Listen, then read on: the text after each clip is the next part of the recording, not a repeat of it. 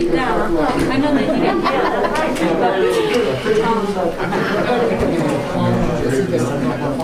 Yeah. Well, sometimes it makes sense to say, you know. Get the tracks together.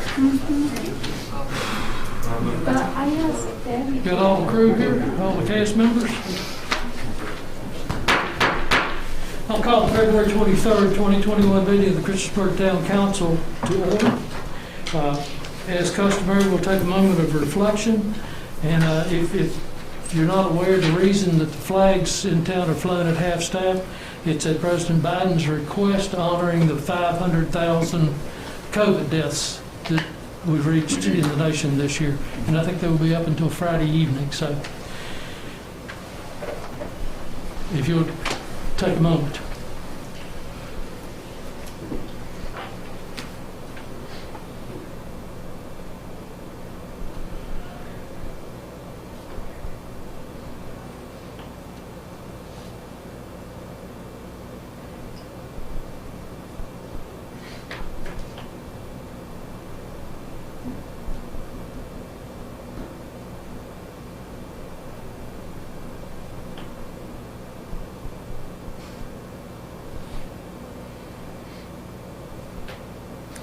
Thank you. If you'll rise and join me for the Pledge of Allegiance, I'm going to ask Vice Mayor Sam Bishop if he would lead us in the pledge. Pledge allegiance to the flag of the United States of America and to the republic for which it stands, one nation, under God, indivisible, with liberty and justice for all. Thank you.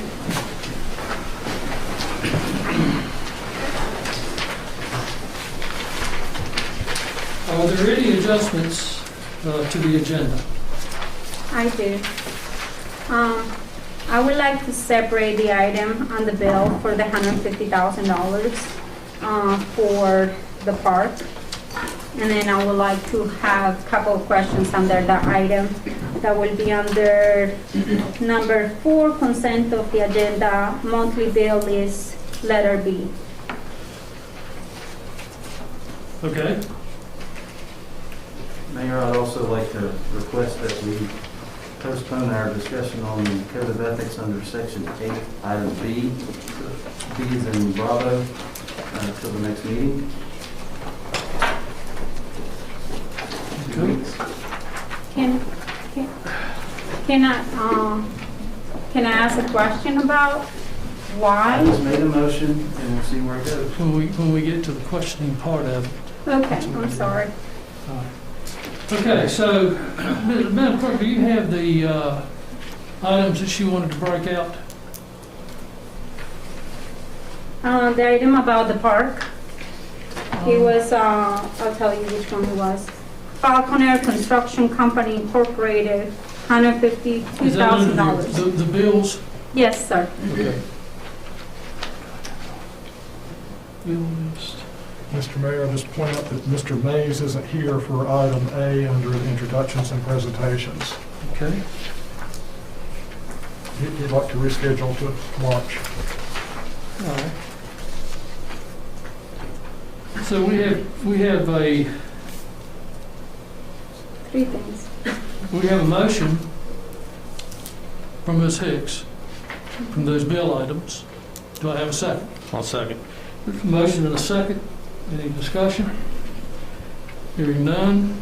Madam Clerk? Yes, sir. Councilman Bishop, Aye. Councilwoman Hicks, Aye. Councilman Hubbard, Aye. Councilwoman Sachs, Aye. Councilman Showalter, Aye. Councilman Stites. Aye. That is 6-0. We have a motion to strike item B Bravo, discussion by Mayor and Town Council, Code of Ethics. Do I have a second? I'll second. Have a motion and a second. Any discussion? I think we have put this code of ethics in almost every meeting for months. I'm just so tired of it being on there. Can we just go on with the town's business and once and for all just do what we're here to do instead of just keep dragging this along? Okay. I just feel like this is putting ourselves in such a bad position, and it's making us look horrendous in front of the public. So I would really like to make the motion to actually stop. We can't For make a now, motion while or- there's a motion on the floor. Okay, so that's just So my we have- comment. We have any other discussion on this item? I don't know, Ms. Hicks might have a very good point to do this tonight and move it right along. Okay. So, any other discussion? I'm ready to get this over with. Okay. Madam Clerk, this is to remove the item from the agenda.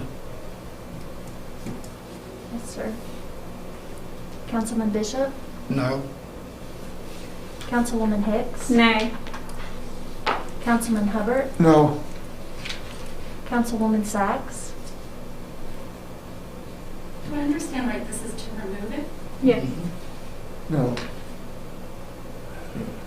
To remove discussion of code of ethics from the discussion of action of mayor and council. For 2 weeks, yes. No, I didn't hear 2 weeks in there, did I? I said the next meeting, yeah,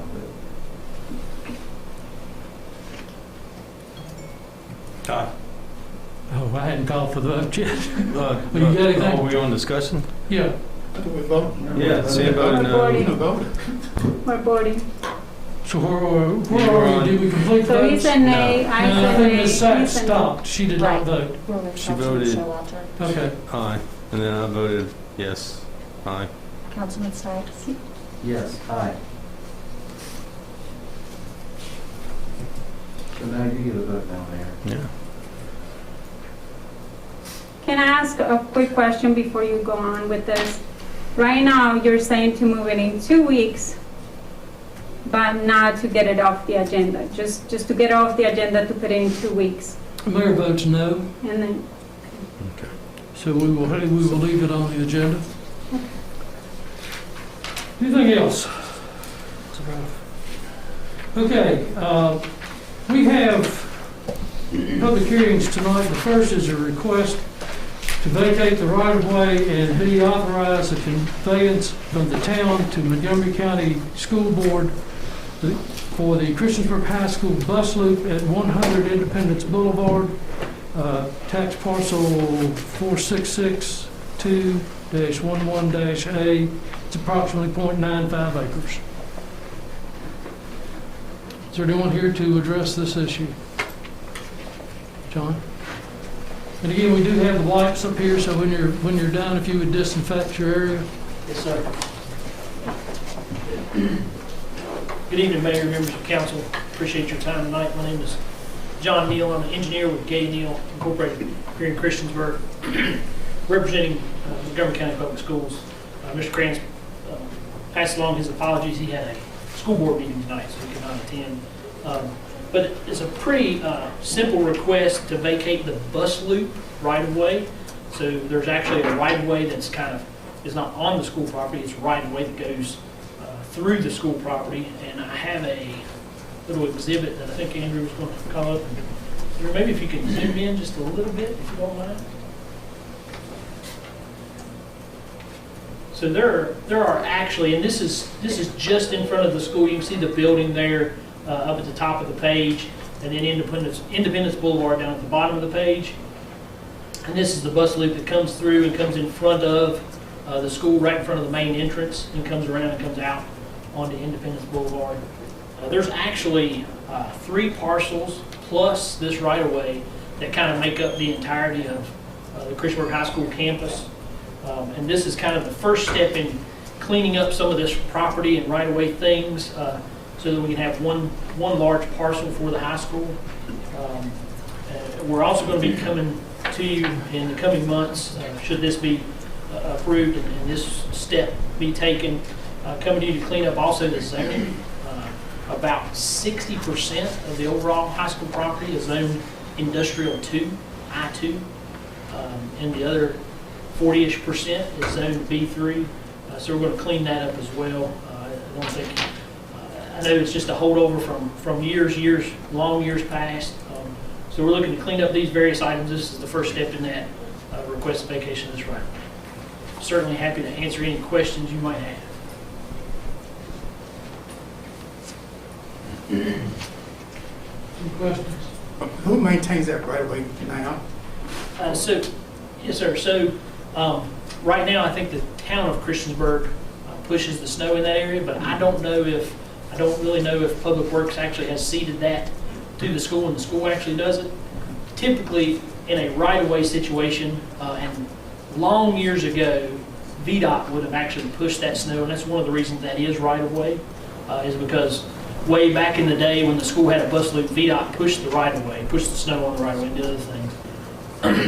And so they had it, and in other schools in the county, they actually had like 600 numbers, so you got Route 81 and Route 11 and those types of things. They had a route number for these bus loops all throughout the county and things like that. So this would have been, to answer your question, it's either maintained by the town of Christiansburg, pushed by the town of Christiansburg, or because it's in the town, or possibly there's some agreement that I'm not aware of that the school just pushes it. I don't know. I can't say for sure. So if we vacate this right away, then it's definitely the school will take care of that. Yes, sir. Yes, sir.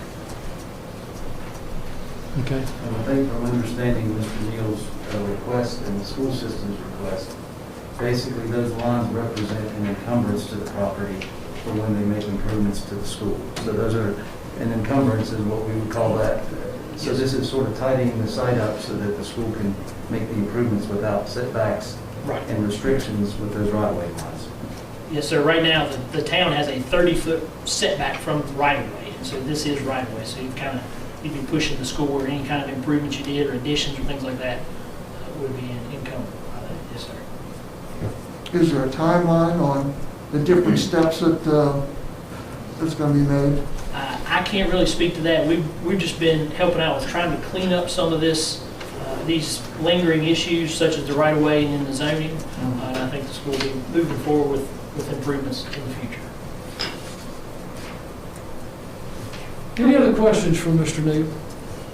I guess you guys will be putting up some signs for pedestrian walking on the sidewalks and things like that, correct? Or is that something that the town will be required to do, or will just do what we currently have right there?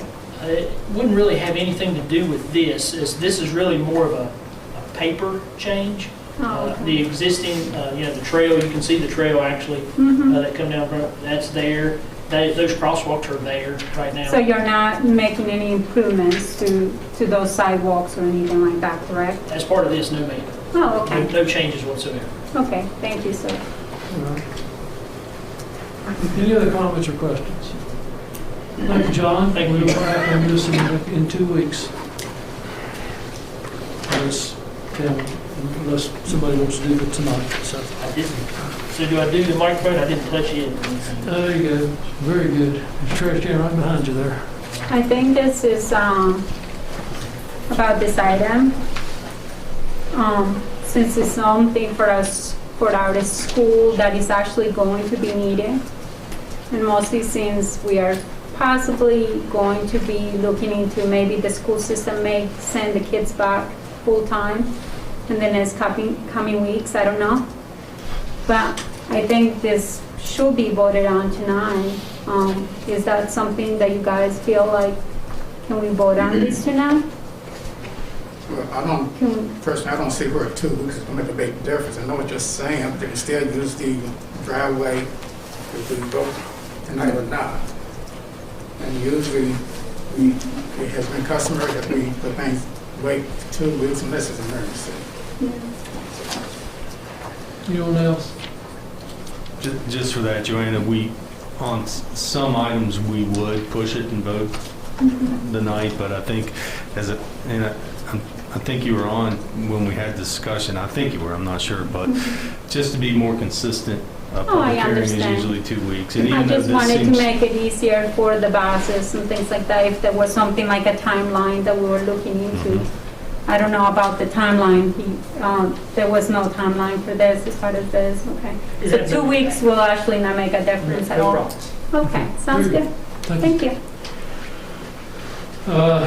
Next is a rezoning request from Gay and Neal Incorporated applicant for an approximately 1.38 acre property owned by Depot Street Development LLC, located at the intersection of Depot Street Northeast and Harlow Street Northeast. Tax map numbers 497A288, 497A288A. Jen, you have to quit moving around. I've lost my whole train of thought. 497A288C, 497A285, 497A286, 49713-3, 497-13-1E. The request is to rezone the property from B3 General Business to R3 Multifamily Residential with Properties. The property is designed as residential, is designated as residential in the future land use map of the 2013 Christiansburg Comprehensive Plan. Is there anyone here to address this issue? John? I wasted one of your wipes, I apologize. Good evening, Mayor, members of council. My name is John Neal. I'm an engineer with Gay and Neal. I'm here representing Harlow Street LLC, and I've got a little exhibit to show you. This rezoning request really is specifically what we would term is to kind of correct a zoning issue that exists out there along Depot Street. And you can see, so I'll get my pointer going here if I can. So the property we're talking about is right here. This property right in here. And that's at Harlow Street and Depot Street. And one of the things that I think we've seen, and this was asked at the Planning Commission, is why was this property zoned B3 to begin with? And I think probably a long time ago, as there was a connection between Franklin along Depot to Cambria, that there was thoughts about that corridor possibly becoming a commercial corridor. And so I think that's probably what was envisioned quite a number of years ago. And so this was probably zoned, and you can kind of just see it kind of meanders along back here at a certain distance off of Depot Street. As well as there was the storage units and stuff that are up here. So what I've got here is a little exhibit to, yes sir. So John, you're talking about the area where all the trees are down. Is that area Yeah, you're talking they've done about? some clearing there Yeah, recently. Yes, sir. okay, fine, thank you. Yeah, there's been some trees taken down. So, and that's right here. This Yeah. is probably right here. So one of the things that I want to point out to you, and it's something that the town may want to take up in the future, but our request, we went ahead and are proactive and have brought this request to you, is to rezone this B3 portion right here, these parcels, back to R3, which is all of this up in here is R3 right here. But if you'll notice, I've placed a green dot on all the residential uses along that corridor. So even though this corridor here is zone B3, the only non-residential uses are the insurance office, which is right here, I think, and the lodge, which is right here, and then the church, which is right up here.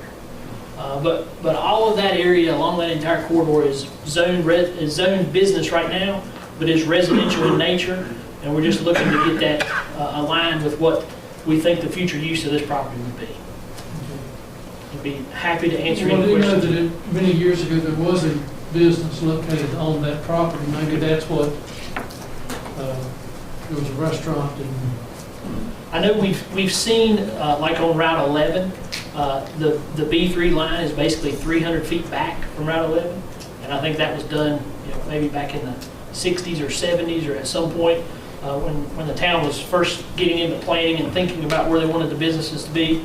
And it's total speculation on my part, but I speculate that that's kind of where this line came from as well, was that they were thinking that, and there may have been some other businesses in there, and they were thinking that that might become a business corridor, but it has not evolved that way at all with all these residential properties here. And if this is approved, then you're probably thinking about putting in some residential Yes, sir. apartments or condo or? Yes, so our client right now doesn't really have any idea specifically on whether they do single-family, duplexes, townhouses. All that is allowed in the R3 district, Okay. which is, you know, But something like that will come. But I think the Yes, sir. owner of that property has done some other residential along Depot Street, haven't they? they have done some in the area. I don't know about Depot Street. I Well, know- I mean, you know, I think they have done some things in and about that area. Can I have a question? Do you guys have any intentions of building HUD homes over here? Building HUD? Yeah. Oh, no, ma'am. The developer, everything he's done so far has been market rate housing. Any other questions? Thank you, John. Yes, sir. Is there anyone else, as soon as John cleans up his act? Is there anyone? Yes, ma'am. My name is Jessie If Eves, you'll and I come to- attend, Let him get everything cleaned up and then we'll go.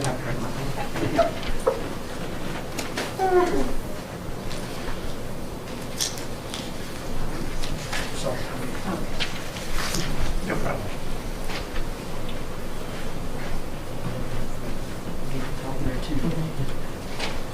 my name is Jessie Eves, and I attend Greater Mount Zion Church, the church right next door to the property. My question is, how many units are they planning to build? And what about the parking issue? Because we as a church have a issue with parking there anyway. And normally, if we have an event at the church, sometimes we usually have to park, right along on Depot Street there. So I have nothing against the apartments going up. I just want to know how many and when do they propose to start it and what the plans are. You would have no answer on that, John. Do you? I don't think there's any plan to build apartments at all. We're asking for straight R3 zoning. So the parking would be in keeping with exactly what's required by the town code and ordinance. They're required to have parking for each unit. Okay. But as far as we're not requesting any conditional use permit or any kind of variance to the parking or anything like that.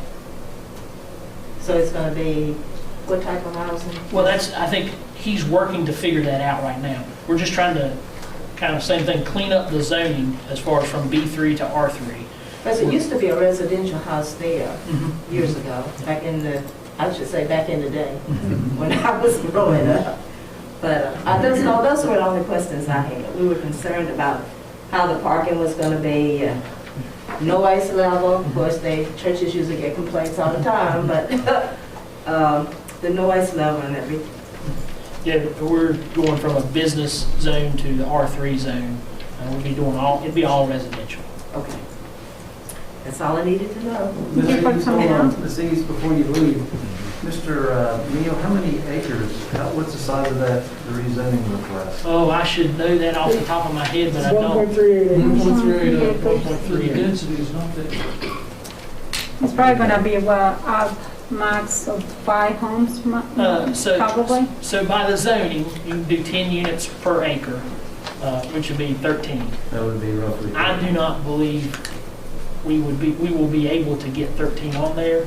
We've actually worked on the property. We got a conditional use permit for 3 houses along Harlow Street probably 10 years ago, maybe. And so, looking at that, looking at the property and what I've seen so far, I can't imagine we will get close to 13. But that's part of the work we'll do coming up. But if the rezoning is successful, it could be, that would be the upper limit required. I just wanted to get you an answer while you're here. 13. Well, at the very most it would be. That it couldn't be more than that. And then they would have to decide how much can they physically fit on there and so forth. But to get you an answer to the question, if council does act to rezone that, it could be up to that number. Okay.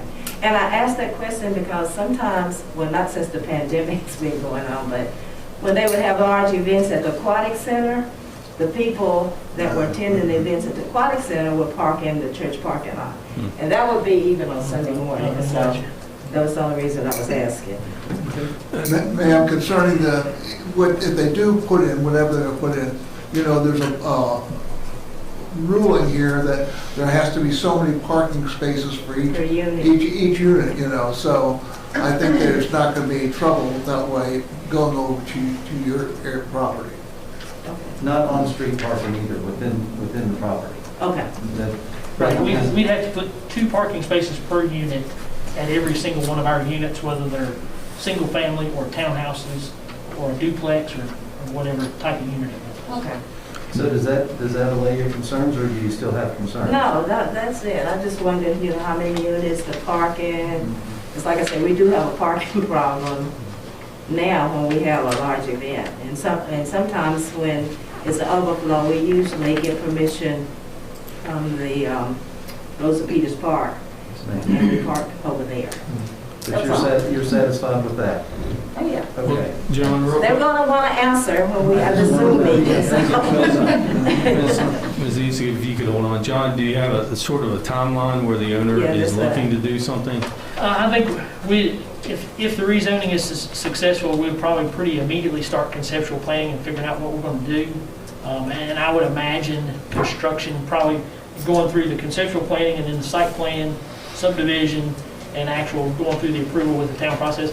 I would say construction starts sometime late summer, early fall at best. Okay. Probably. Is that what you were asking? Yeah, and notification of the neighbors during that process? There would be no notification Would be because done. it would be a by right use. Okay. So it's good for the congregation yourself to keep an eye on what's coming across the agenda, if there's anything that They changes would on. have to submit a site plan to us Right. for review, though. And I'll happily, that's public record, I'll happily send that to you when we submit it if you'd like to see it. At that point, it's public record. You may not get notice, but I'll send something to you. That'd be excellent. Thank you, Yes, John. that'd be a nice gesture. Okay. John, it would even be better if you could make a presentation to the church, when you're getting down to the end. I imagine, man, that you would appreciate that you could talk to the whole congregation sometime. Right, but right now we're having church by Facebook. Facebook Live, okay. Just show them this part of the video. I'll certainly send it to you, and then y'all can feel free to contact me with questions. Okay. Thank you. Hopefully by this fall, have you'll we be able to meet.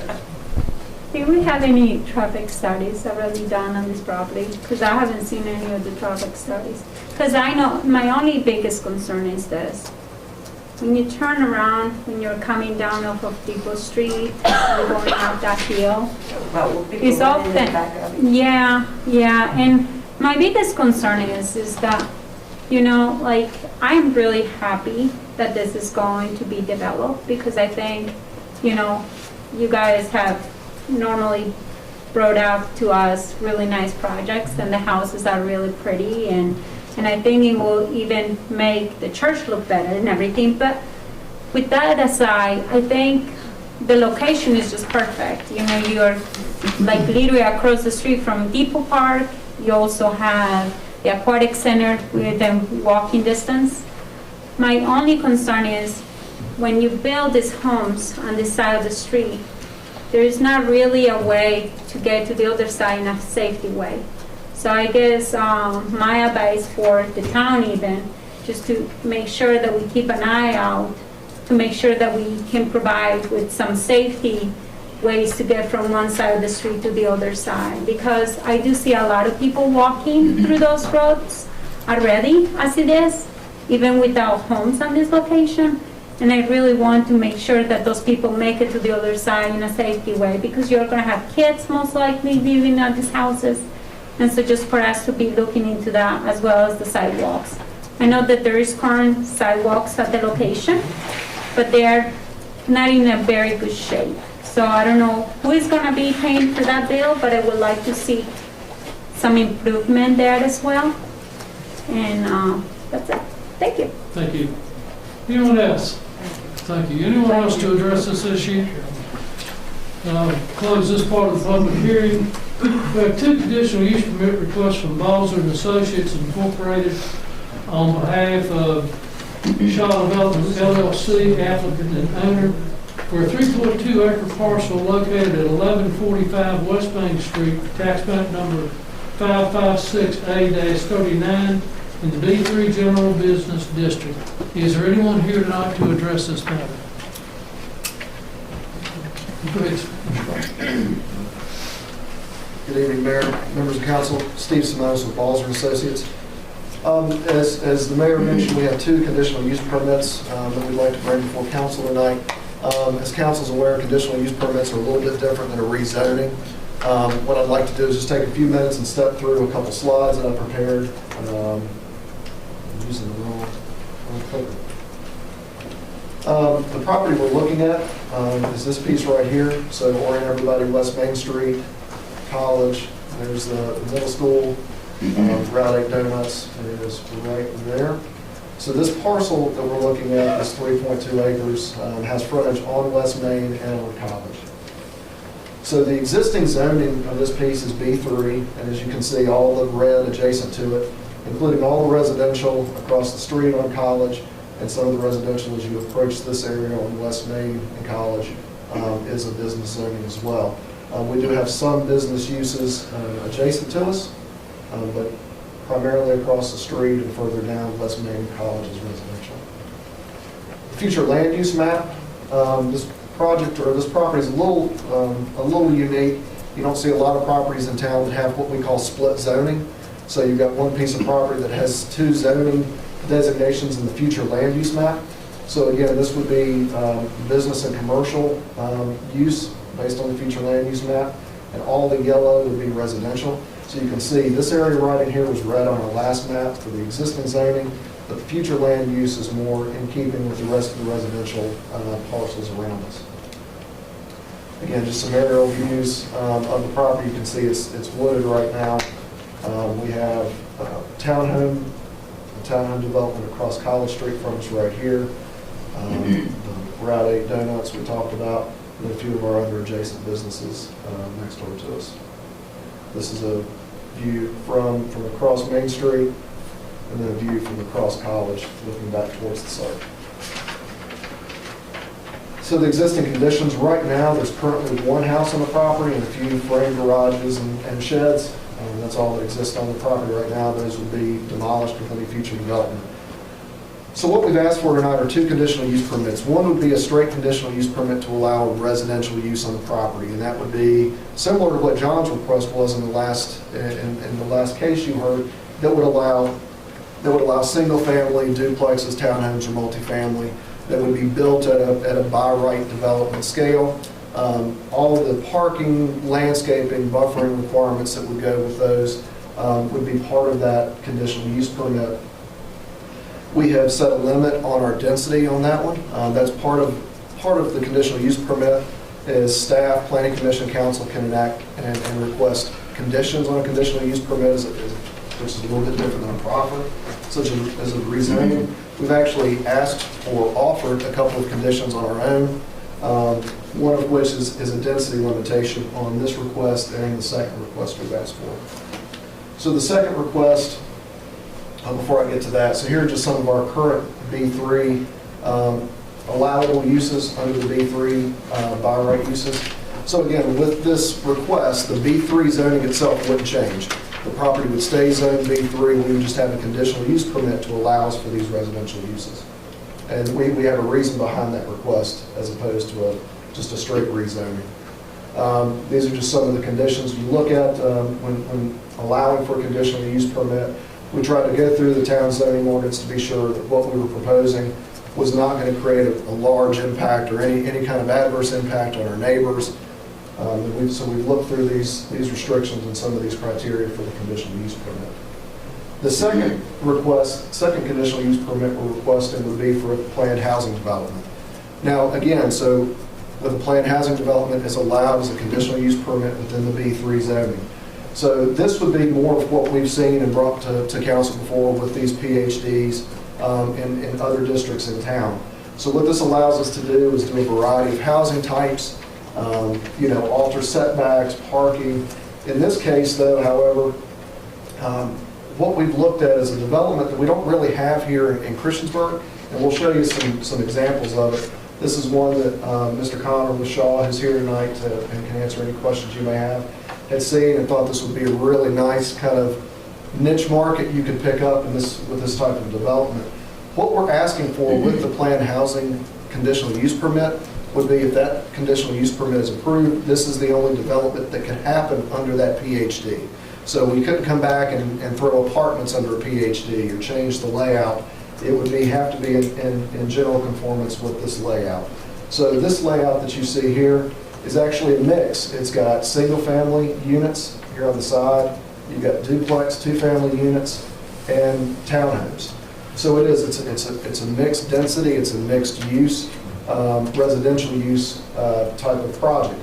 Now, in the B3 zoning district, asking for a planned housing development, you can go up to 20 units per acre. We don't want to go that high. We're limiting our density, which is another one of our conditions, to 10 units per acre, which is the same as a by right R3 density, just as we talked about, you all talked about in the last application. So again, parking, landscaping, everything else, open space, utility connections, sidewalks, right-of-way dedication, stormwater management, all of that would be built, developed and built based on town standards. So again, these are the two offered conditions I spoke about. So with the first one, everything would be in general conformance with the exhibit we presented, as well as our application material, dated and revised. A maximum density allowing 10 units per acre. So that would be for the PhD, and then the other condition for the other conditional use permit that would allow any type of residential uses, again, limiting those densities to 10 units per acre. I did want to just touch on a couple more items about the development itself, as we've included this in our application material. The biggest reason we looked at doing a CUP versus a rezoning is there is a possibility that along West Main Street there could be some commercial use in the future that we want to go on there. By doing a conditional use permit, and based on the type of layout that went on, it would allow for some future business to go on that parcel if the market determines that's the best use for that frontage on West Main Street. So it gives us a little bit of flexibility, and it also conforms more to the future land use map I showed you earlier. We do propose the access to any residential development would be off of College and not off of West Main Street. We thought, based on any additional traffic, backing traffic up at Route 8, along West Main Street in the mornings, or especially in the evenings as people are going out of town, heading back towards Ryan or the interstate, if we could direct people onto College to have access into this as opposed to West Main Street, they may have with any traffic impacts. Lastly, council is aware that there's an ongoing stormwater study in this area right now. We've had a couple conversations already with town staff and have talked about it in our application material that was presented to you, as far as working with staff, working with their consultant to determine the best way to handle stormwater management, on this site that would be in compliance with what the town desires to better the watershed there in the College Street area. So I'd be happy to answer any questions council may have. Have we done a traffic study already on this property? We weren't required to do a traffic study. We did estimate the trip generation that would be required for this, and look to see if that would trip into the requirements for a traffic study. It didn't. It's a very low threshold of traffic. That is included in our packet. Because I remembered, if I'm correct, there has been comments in the past about people, about College Street being used quite often as a cutting place to go from just the normal side of the downtown into the middle school. And I know a lot of people that cut through College Street, which makes the traffic on College Street kind of a pain in the neck sometimes, and just I don't know, it just seems like a very busy street going through where you guys are planning to build. Another thing is, with the traffic, so that's about the traffic study, and then also with the stormwater study. I'm really... Sorry, we have your chances, but... I'm sorry? Oh, okay. The stormwater the study that is current in place, we got a lot of people that are waiting to get this done.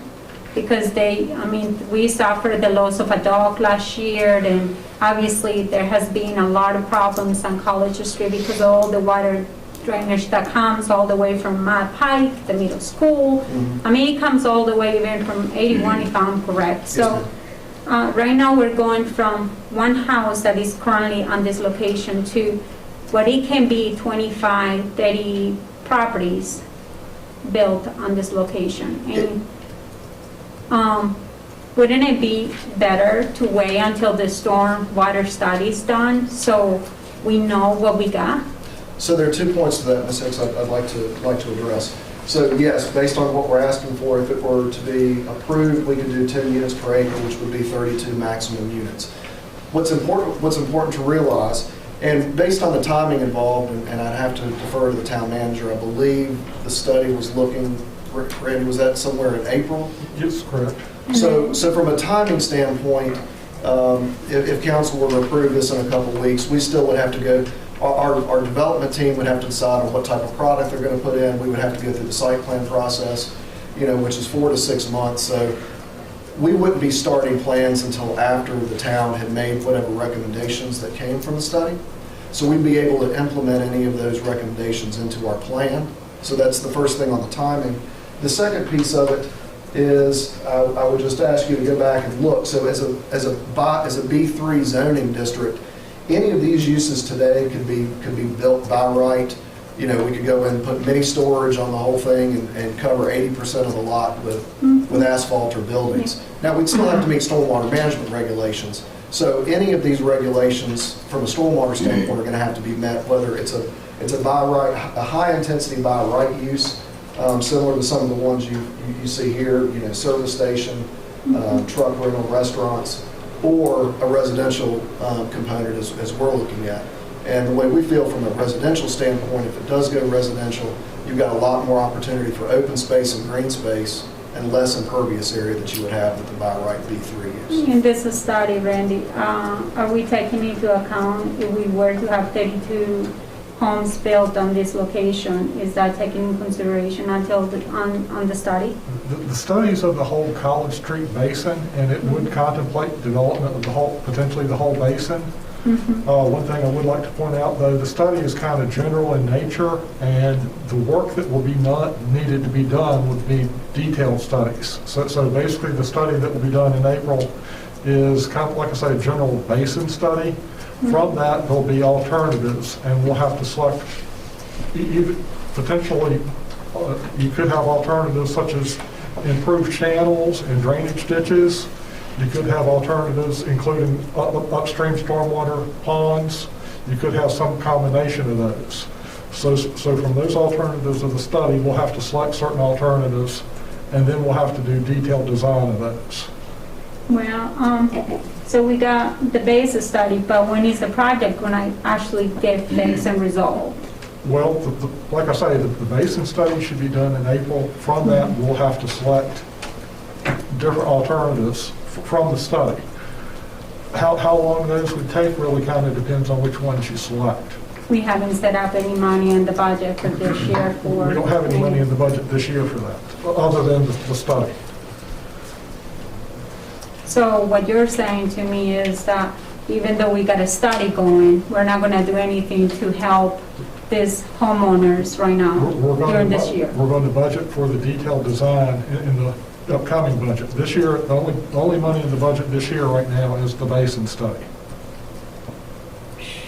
I'll make a brief comment to that. We're getting into too much discussion on this, but I will say with the new stormwater requirements, to your point, Ms. Hicks, the new stormwater requirements, it's called Part 2D regulations, it's called the runoff reduction method.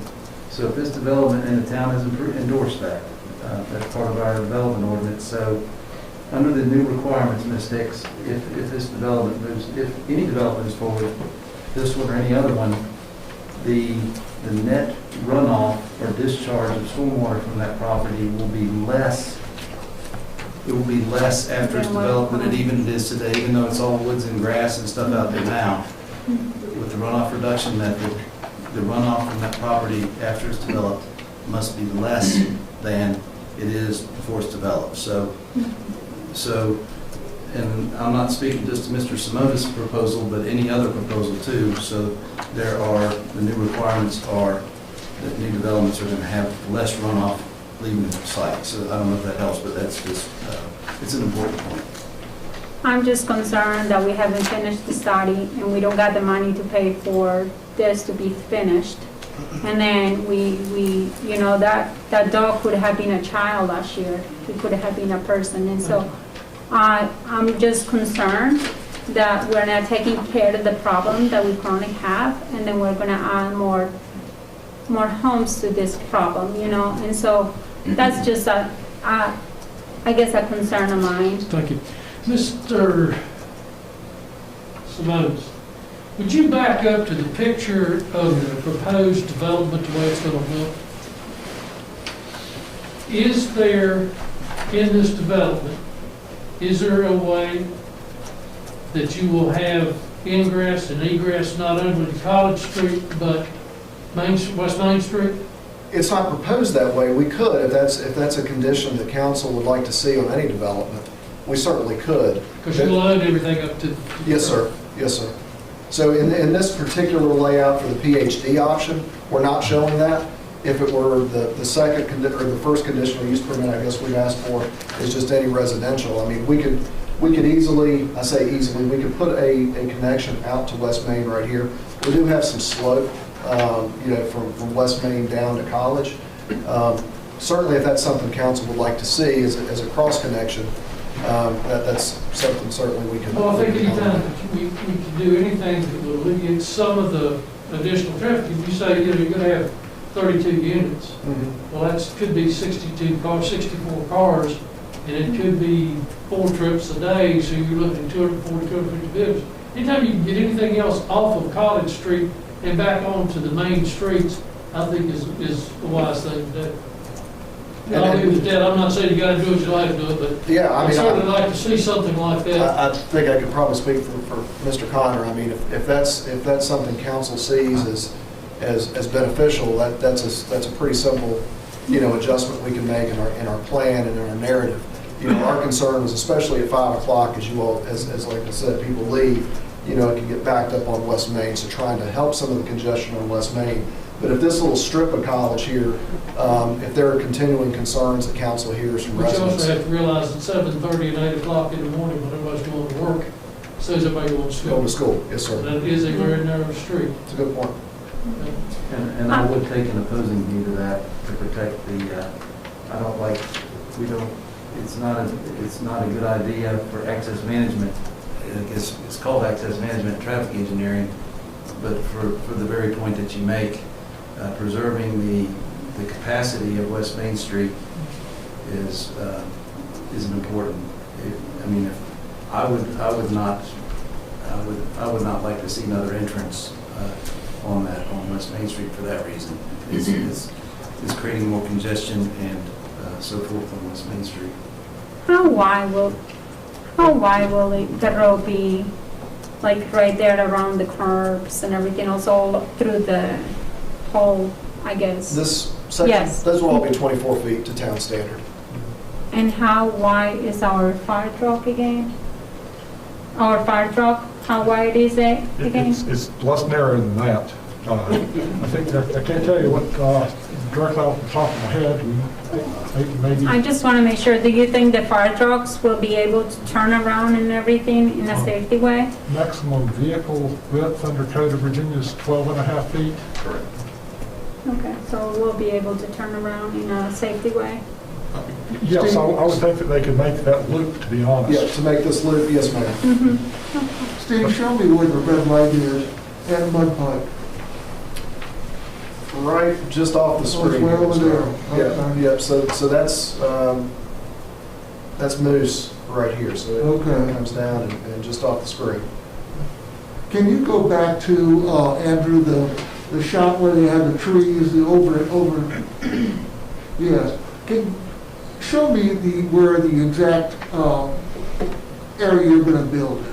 It's this red Right there, outline area right okay, there. okay. Mr. Robert. Yep, so there's the light you were just asking about. Okay. So we're just a few hundred feet down to Councilman Stipe's point as far as that little section of West Main Street, you know, you are in pretty close proximity to the signal right there. And you're gonna put how many homes there in that area? The maximum we're conditioning ourselves is 32. 32 would be the absolute max.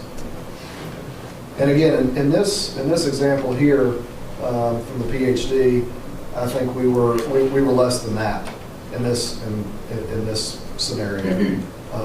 And this is one I forgot to show you all. This is a project in Tennessee, I believe, that Mr. Connor had seen. So this is a lot where the inspiration for the PhD layout comes from. So you can see the little alleys, you know, the meandering sidewalks through the courtyards. You know, so these would be the single family and duplex type units, and then townhouses on the perimeter. So it's a different little, you know, its own little community neighborhood in there with a couple different residential uses. Okay. Any other questions for Mr. Simonis? Thank you. Can you go back, one more question really quick. Can you go back to the map? I think that's the stormwater place. Can you go back to the map with the house, that one? That's gonna be a stormwater pond, right? On the left and then on the right? So that's where we're showing the stormwater area. It's in the low point. So And the low then point over right there now too, on drains the down through this triangle way. area? That's just additional open space. So again, that shows you, Ms. Hicks, I mean, from a, you know, proposed open space on this one, you know, over a third of the property we'd be maintaining in grass, which is a lot more pervious area than would be allowed or would be required if you did it as a by right use. I believe in B3, is it 80% or 85%? Open space, 20% open space. 20% open space, so 80% impervious. I like the look of the houses too. They kind of look like some of the ones in Blacksburg, so thank you. Thank you. Is there gonna be a homeowners, Yes, sir. there'll be a homeowners for this, okay? Yes, sir, there would be. And they'll have an office on, Probably wouldn't have an office on site Okay. on this one. I mean, it would depend. These could be split, Mr. Hubbard, if they were single-family townhomes, two-family dwellings, this layout, they could be, and likely would be sold, you know, sold fee simple. So it'd be an HOA like you would in any other neighborhood. If it did go to an apartment-type development, there would still be a management company that would be responsible for overall maintenance on the property. so you're hoping to sell these and not rent them? It's open right now. I mean, it depends on the type of use that would actually go in there. It would be whatever the market's saying at the time would be the best use to put in there and meet the conditions of our conditional use permit. So if it were single family or townhomes, they would likely be sold. Thank you, Mr. Simonis. I believe we have probably some other people here tonight to address the issue. Andrew, do you want to go?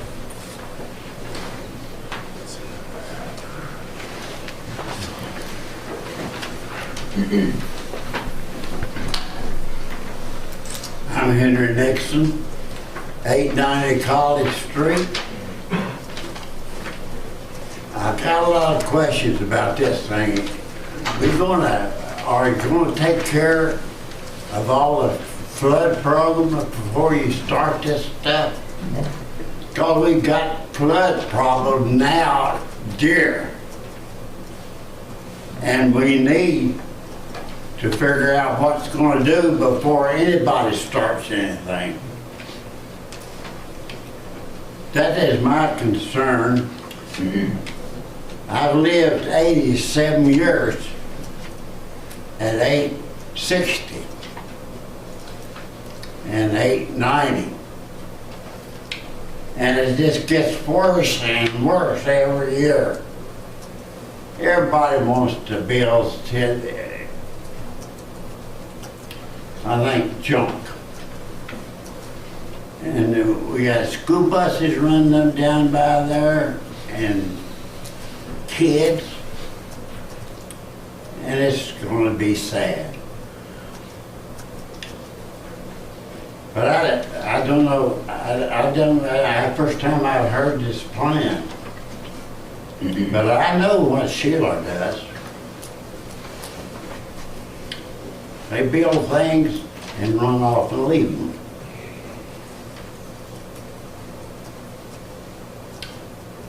So I can't see how College Street can stand into this junk. I don't really know, I can't hear it too good, so I got problems.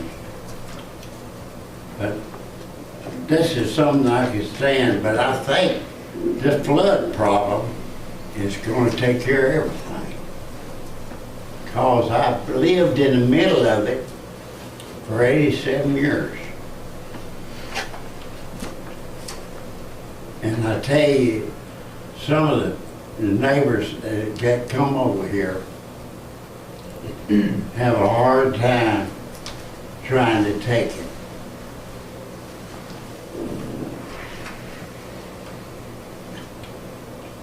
But I'm sorry to say this, but we need to investigate this thing just a little bit more than they do.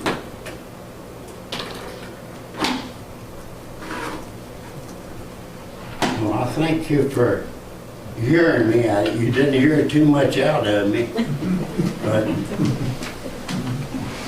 I'm sad to hear this. You made some good points though, sir. You made some good points. Thank you. Thank you, sir.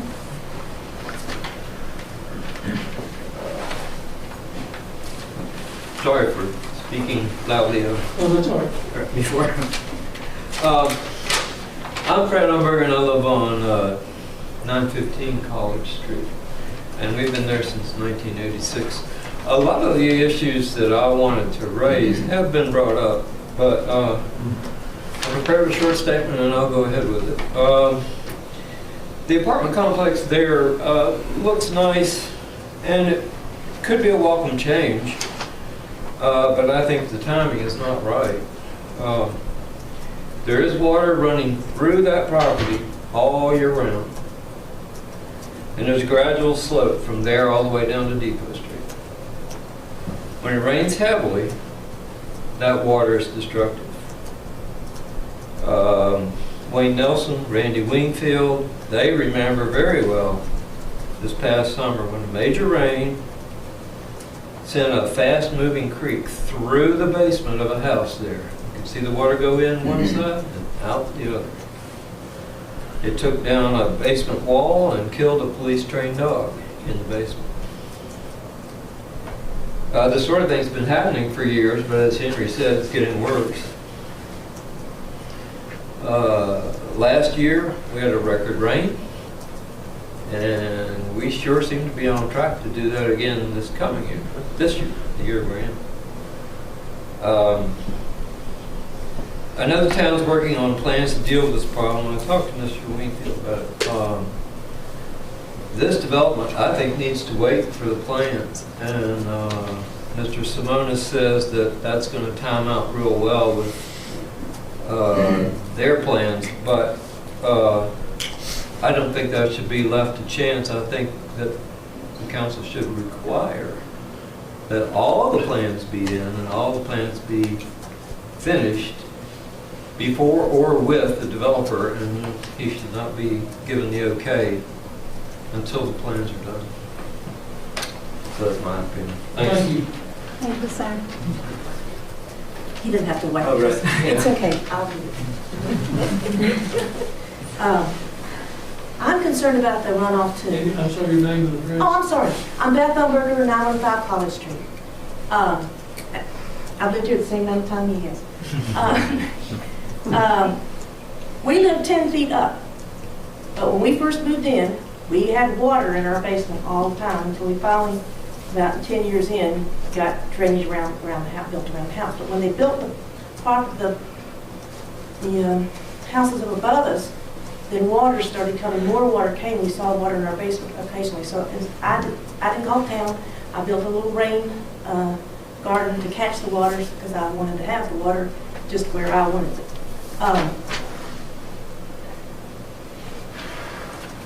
This property, I'm hoping you're right, Stipes, but if it's built correctly, maybe it could happen. But I haven't seen that happen in our neighborhood. Two places. One is the townhouses that are across the street from this. There's a holding pond there. That day that it rained so hard, I was curious because I've been up there several times. I went up there, once again, no water in the holding pond. That thing is not working, it doesn't function. And then I looked at the middle school, and oh my God, I went up there an hour later. The same water, well, I looked, there was water in that big holding pond, but it was gushing out during the storm. So it's not, I don't know how you're supposed to gauge this. I've gone to workshops about tree development. The best rain shed, zero problems is a forest. And that's what's there now. So maybe if they put pervious asphalt, that's probably very expensive, or if they put pervious asphalt, but the development looks nice, and I don't mind the College Street thing, and it shouldn't be on Main Street. But the water problem should definitely be solved for those neighbors. It's getting worse. It's not, somebody said it's the same as always, but we've been there 30 years, and Henry's been there a lot longer. So I hope that we wait. I know it's not something that helps their business out, but we got neighbors that are getting flooded, so I hope we wait and make sure that we get that solved before we put anything else there, because I don't trust holding ponds. Thank you for coming out.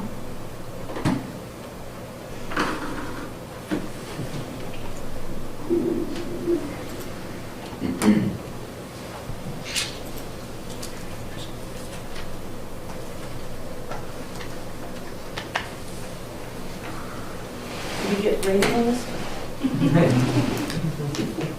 And ma'am, while you're cleaning up, I'm not making a statement in favor or against the development. I'm saying that recently the stormwater detention requirements have changed and have become much more stringent.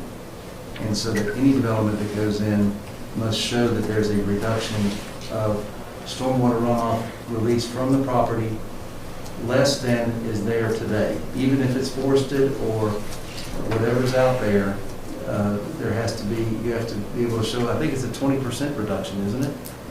I can't tell you that myself. Don't hold me to that number, but the post-development runoff, the requirements have become a lot more stringent in that respect. So, and again, I'm not speaking in favor or against it, I'm just saying objectively that and I understand your concerns with the holding ponds. Most of them, you don't notice any decrease in runoff because they're not designed to handle everyday runoff. They're designed to handle these very large storms, 2, 10, 25, 100-year storms. So that a lot of them don't see the holding effect like you do with the new design. And I know I don't design housing developments, but I design transportation facilities, and that's what we have to show is decreasing the runoff. Anyway. If it works, that's good, but if it doesn't work. Anyone else?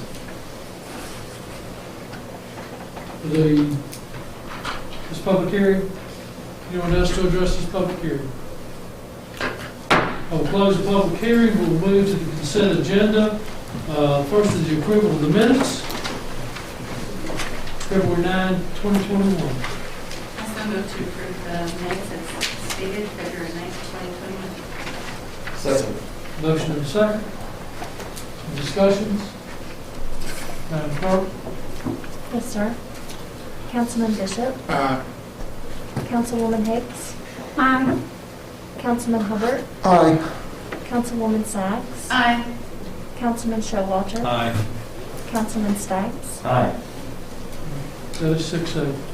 Under the monthly bill list, there are 2 items that needed to be segregated and voted on separately. Is that correct? Yes, that is correct. And they had to do with the park? Yes, sir. Okay. Do you have those dollar figures out? Yes. Randy, do you have those figures? I can get those. Okay.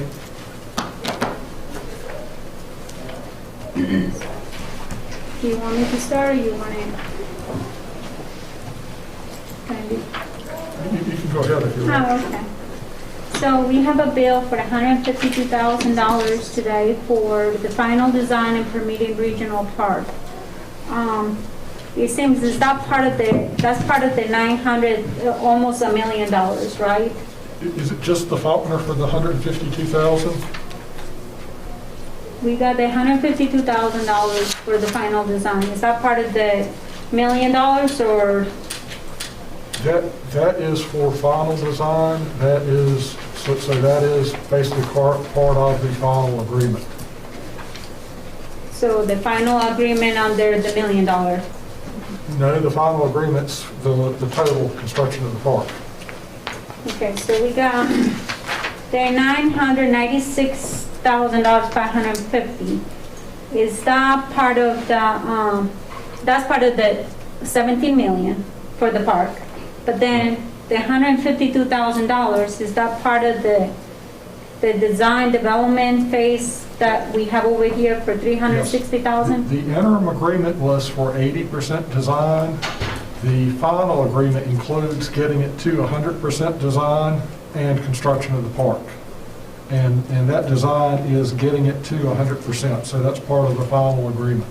So the 152,000 is part of the 17 million, correct? Got it. Okay. And then I would like to go for that one in a separate, I'm sorry? as a separate item, because Okay. I wanted that one to be separated Would from you the rest of the like to, bills. Make a motion on that particular item? Yes, I would like to make a motion to separate the item. We've done that. Are you- Yeah. So, Do can you we have a go? motion about that particular item as far as yea, nay, or indifferent? Do you want to make a motion that we vote on it now, that item? We That's can go separated. down the bills first, or we can do this one first, whichever one you prefer. Let's go right ahead and vote on this one first, since it's, It's fine. okay. Is that a form of a So motion? I'll make a motion that we go right ahead and vote on the $152,000 for the final design and permitting the regional park under you. Falconer Construction Company Incorporated. Do I have a second? What, is your motion to approve or disapprove? To approve. Okay. I'll second. So a motion to approve. All right. Let me make sure I understand the motion is to approve paying the 150,000. Well, yeah, but I'm obviously going to exclude myself from that voting, and I will be voting Okay, I on just want it to make sure I understand. because I know it's part of the park. Okay. Okay. All right. Does that make sense? Okay. Okay.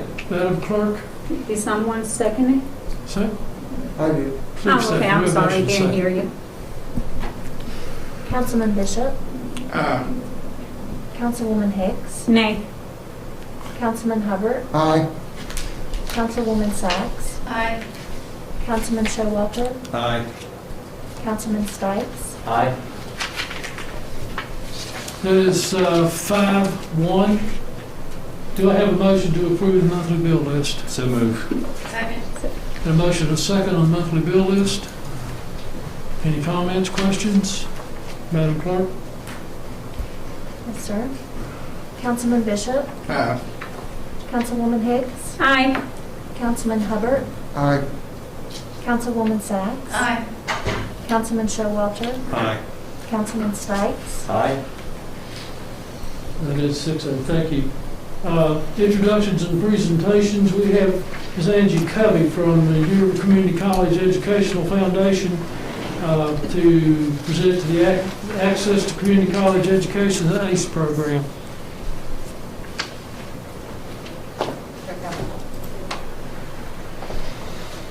Yeah, ready.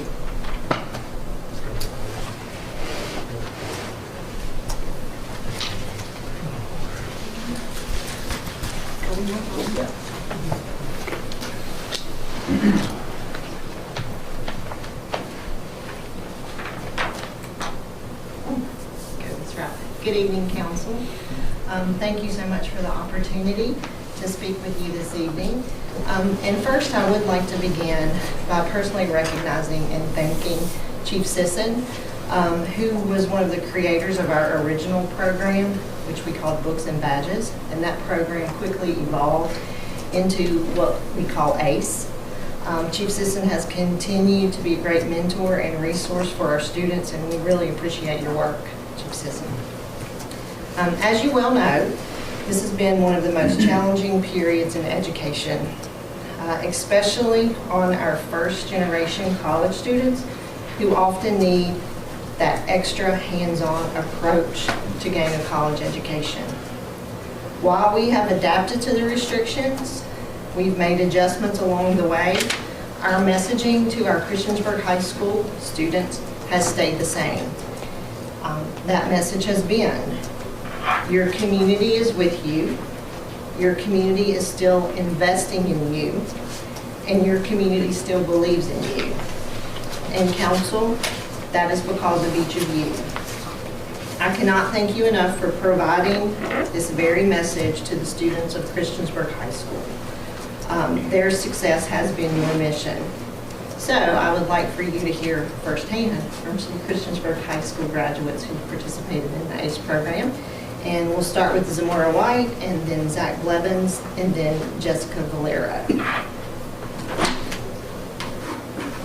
And they know we're on 10 minutes, so they each have 2.5.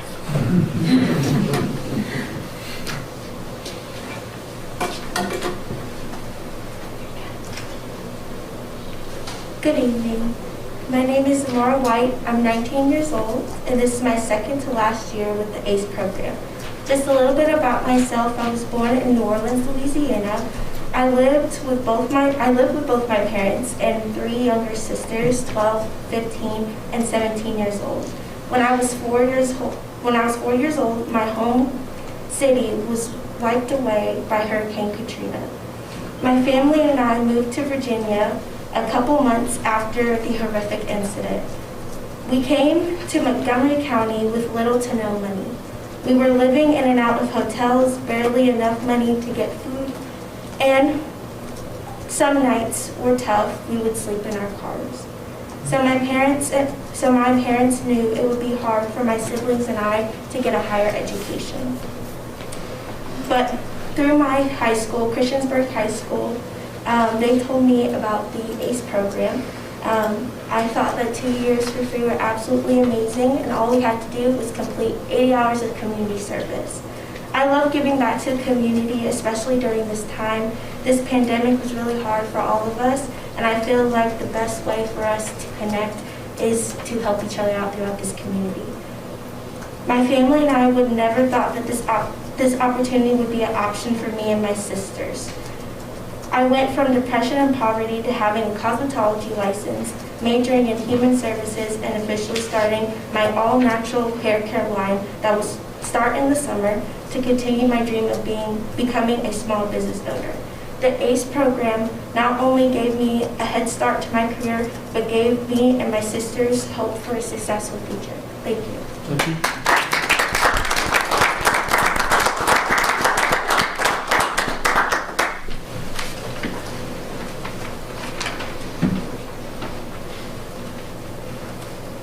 Good evening, Mayor Barber and council members. My name is Zach Blevins and I reside at 240 Virginia Drive, Christiansburg. I would like to thank the council for its support and funding for the ACE program. Thank you for investing not only in my future, but for the community as well. I am a nursing student that will graduate in May from Newburgh Community College with my associates. In becoming a nurse, I have become a nurse to give back and to make a difference within the community and my patients. I am providing quality care, compassion, and education to my patients to improve their lives. Nursing classes and clinicals are demanding and stressful. As a recipient of ACE, along with many of my cohorts who have also benefited from ACE funding, it has taken a huge financial burden off of us. Without this burden, we can focus and concentrate on our classes. ACE has allowed me to reach my academic goals. With the 2 years of free tuition and your support, this has afforded me the opportunity to continue my studies at Old Dominion University. I will not only graduate in May with my associates, but will graduate with my Bachelor of Science in Nursing from Old Dominion University in August. Without the funding assistance, it would have delayed this process, and I would not have been able to concurrently pursue my bachelor's. The ACE program has taught me the value of community and pride in engaging and giving back. And in exchange for the free tuition, I have volunteered many hours in places such as the Animal Adoption Center, Shawsville Tomato Festival, Heritage Day, Virginia Lung Transplant Foundation, and Dialogue on Race. I enjoyed interacting with many people that make up this great community. I come from a family of service and understand that what makes a community successful is its investment in people, friends, and neighbors. These experiences have helped develop my leadership skills and ability to contribute as a team player.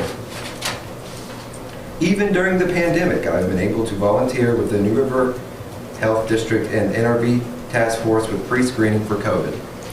The ACE program is an incredible asset to students like me. The return on investment will continue long after the completion of the volunteer hours. It will continue with me.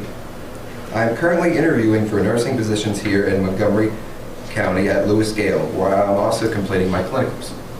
I look forward to serving this community that has given so much to me.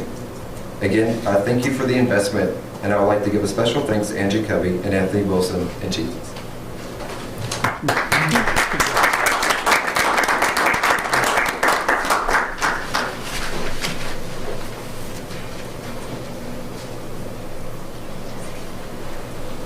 Okay, good evening, everyone.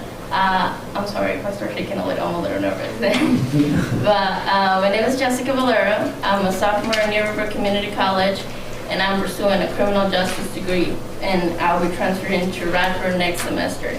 I want to start thanking Chief and the council for your assistance doing the funding for the ACE program.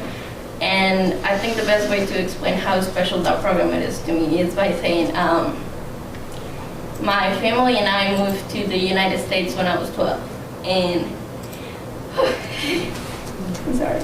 You're doing great. You're fine. Yeah. It was very difficult. My parents, I'm so sorry. They have worked really hard since I was little, and their main priority since I was little is for us to have a good education. And this program has been the only way for me to provide them with the main goal that I have, that is to graduate.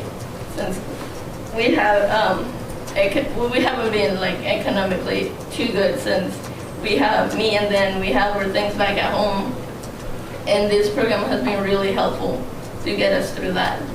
So I really thank all of you, and I know I don't want to repeat what they already said, so I'm very thankful for this program because it's the only way I can really return the favor to my parents. Thank you. And you are from? Mrs. Dolaro, can you say from where you're from, if that's okay? Yeah, my family, we were all from Colombia. We come from a middle family. My dad, he worked alone when we used to live in Colombia because I have two sisters, so my mom would stay home. And it makes me very proud because none of them could go to school because they were very poor. But thanks to my parents working so hard their entire life, that's how we moved here through their job. And that's where I'm working right now, trying to save up money for school next semester. So thank you. Thank you.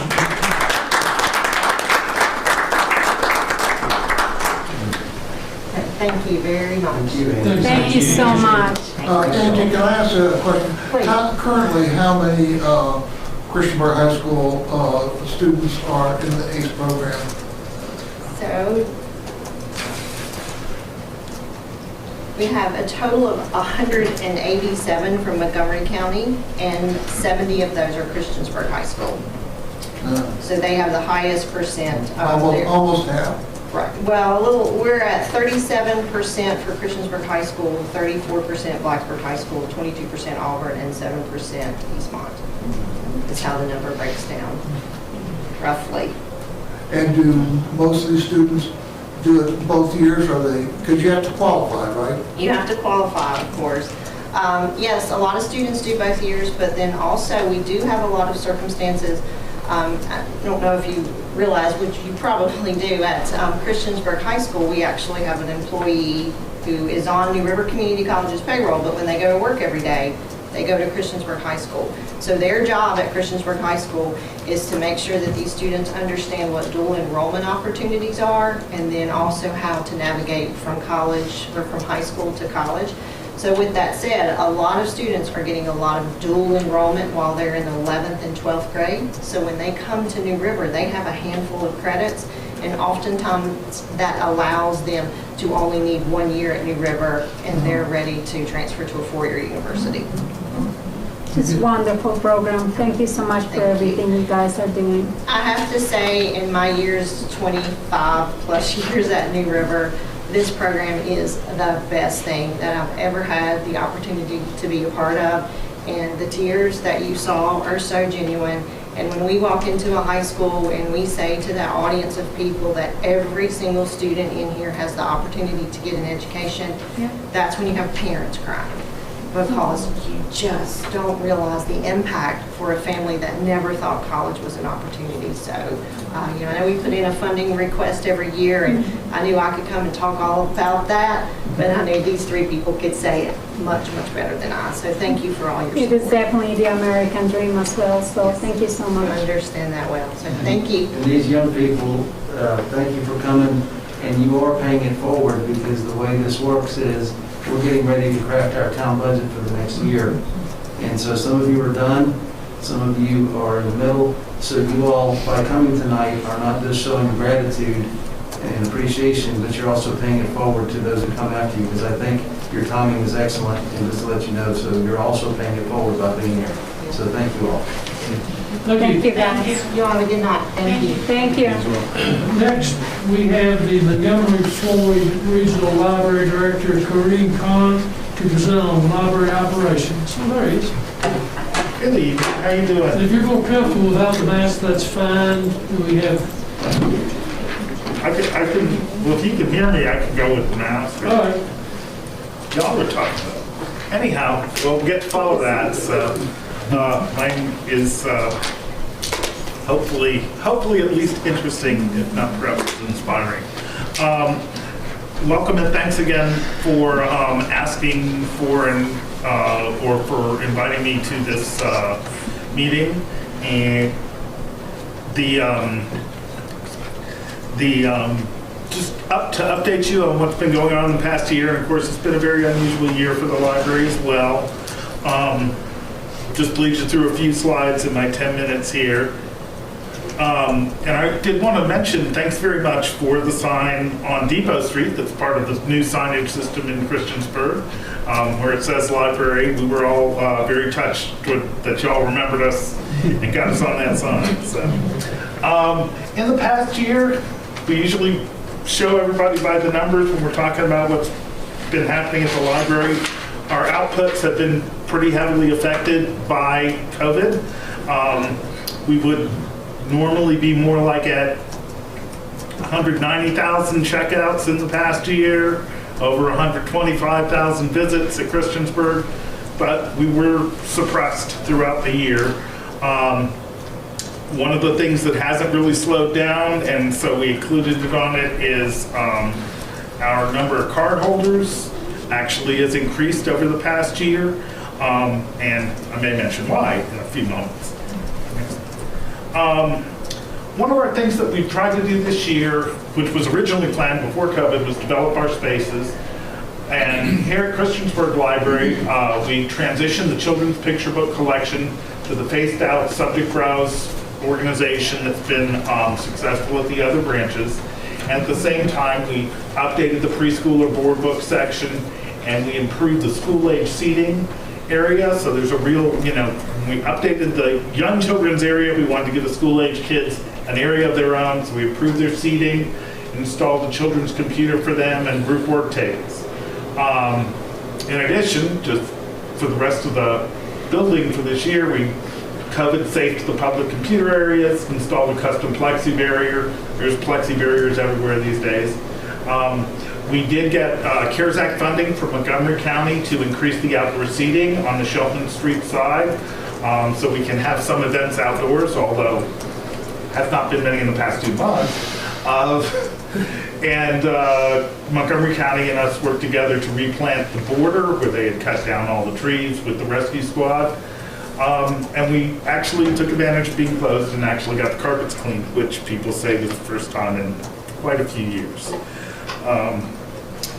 One of our original goals this year before COVID was to lead with technology, and we created an online sign up for new library cards that lets people instantly access the ebooks and put holds on things instantly.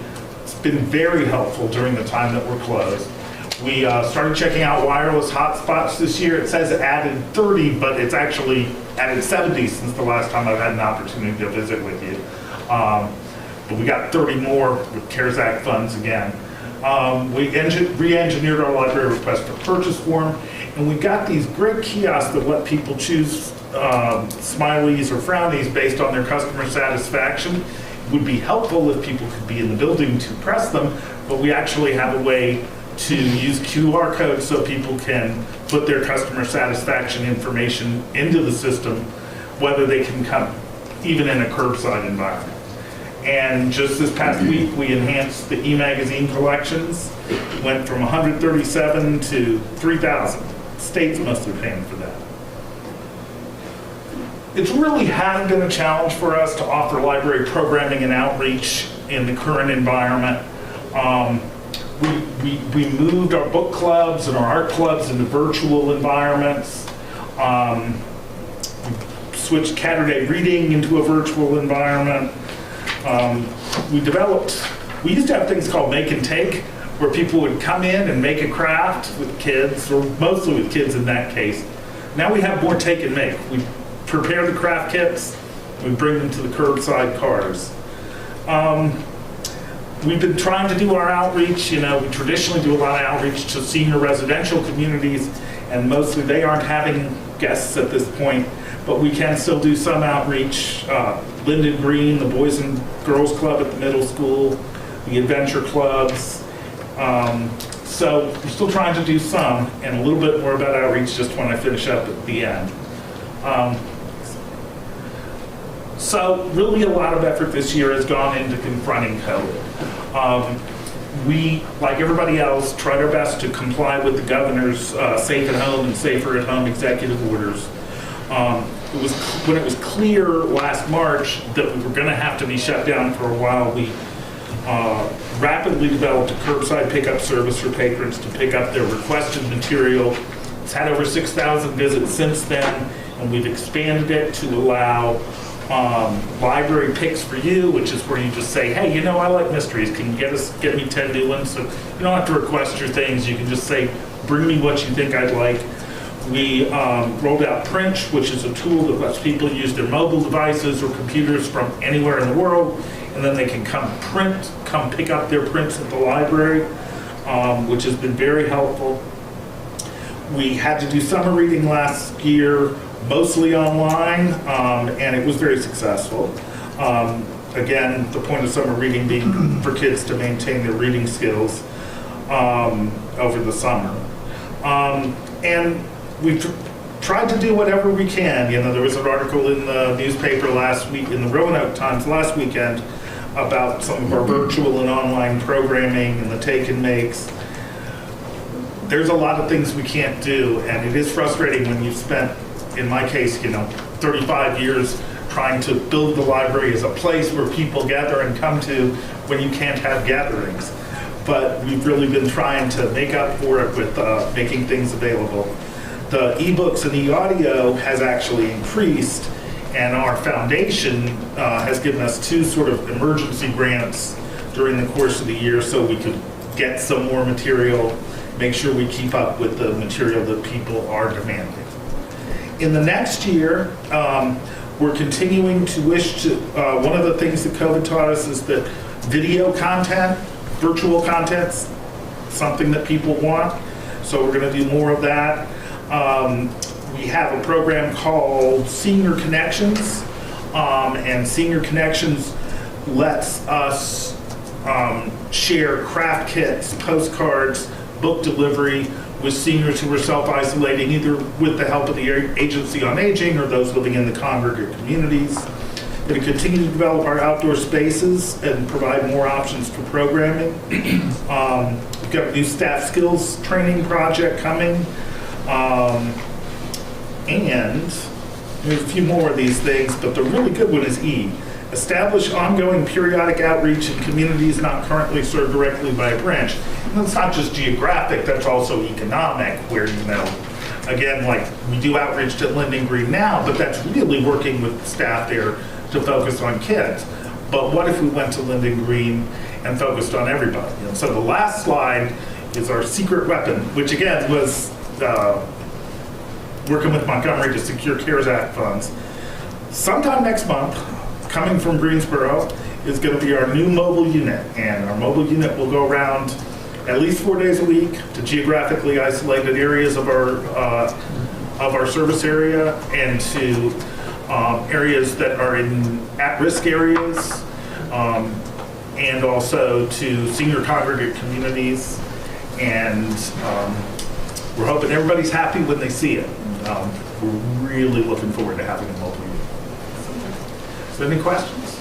I tell you, got several books through the curbside, and you guys did a great job. Didn't take any time at all. Called them up, and they got the book out. And when I got there, bought it right out.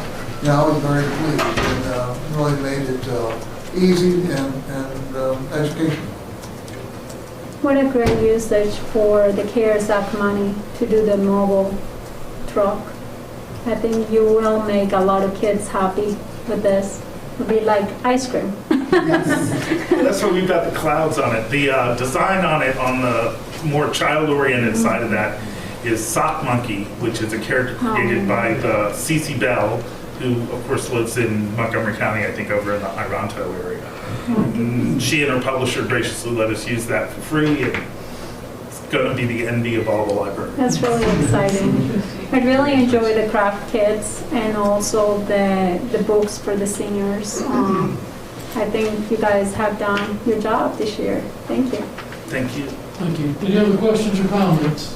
Very impressive. Very impressive. Thank you very much. Thank you.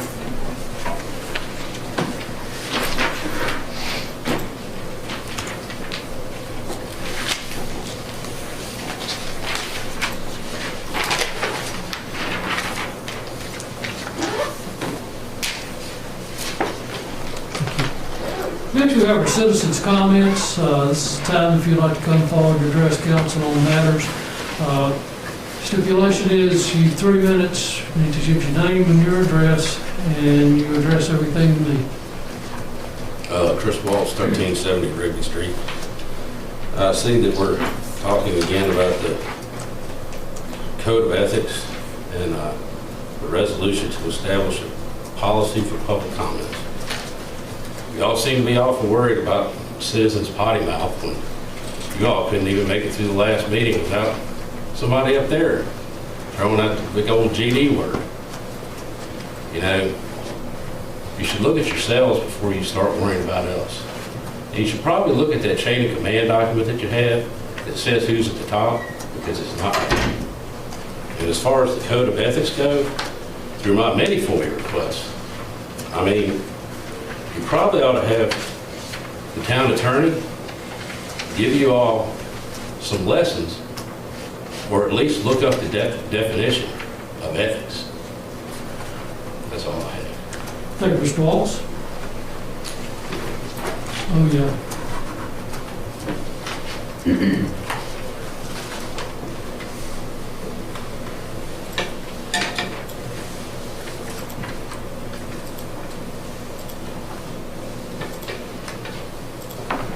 Oh, one more thing. It's already illegal to try and, use provoking words and gestures to start talking to someone.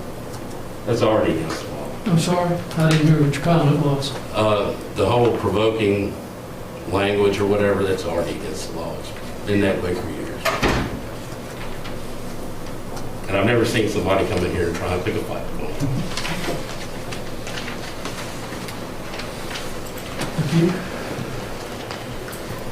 My name is Matthew Hicks, husband of Johanna Hicks there. I understand that finally 103 College Street matter may be over and done with tonight.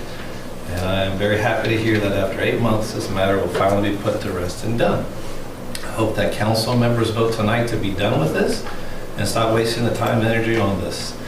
It was recommended at a previous council member meeting that it was to be voted on and done with, so I have no idea why it keeps getting carried over and carried over. Just stating for the record, it was me, Matt Hicks, who stated at one of the meetings in the past, it's a horrible waste of taxpayers' funds to keep dragging this through the mud. It's been gone over many, many, many times by the town manager, the zoning manager, the town lawyer, so much that I'm pretty sure there's a whole file drawer in Randy's office just dedicated to me in College Street. That's supposed to be a joke. Also, for the main purpose that I am the sole owner of Summit Ridge Realty and LLC and the leasing agent. Johanna's my wife, and the only reason she's here dragged into this was because she's related to me. It's my responsibility. I'm the owner. Town of Christiansburg, I'm understanding from Andrew and Randy that there's no charges. The zoning department has resolved this many, many times over, and there's multiple letters and reports of all this documentation in file.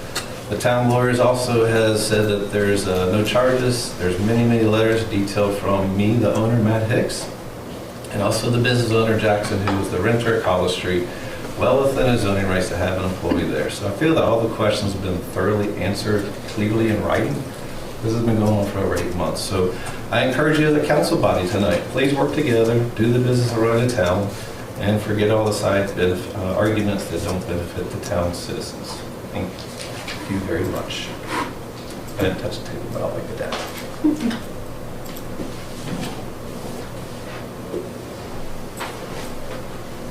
Yes, sir. Hi, my name is Kent Griffith. I live on 715 Church Street, Christiansburg, Virginia.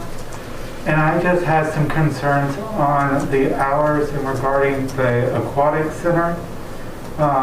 As you know, the hours are usually from 8 o'clock to 5 o'clock, which makes people that are working uneligible really to go to the aquatic center and swim. Also, with the ongoing swim meets that are going on at the aquatic center, that means the aquatic center is closed usually from Thursday in the mid-afternoon all the way to Sunday. This week, there were only 16 hours available for citizens out of the usual 64 that is available for citizens. And I think that's just unfair for citizens to have to pay for the aquatic center, and members who are part of the aquatic center having to pay for membership when you can't really use the aquatic center because of swim meets and because you're working.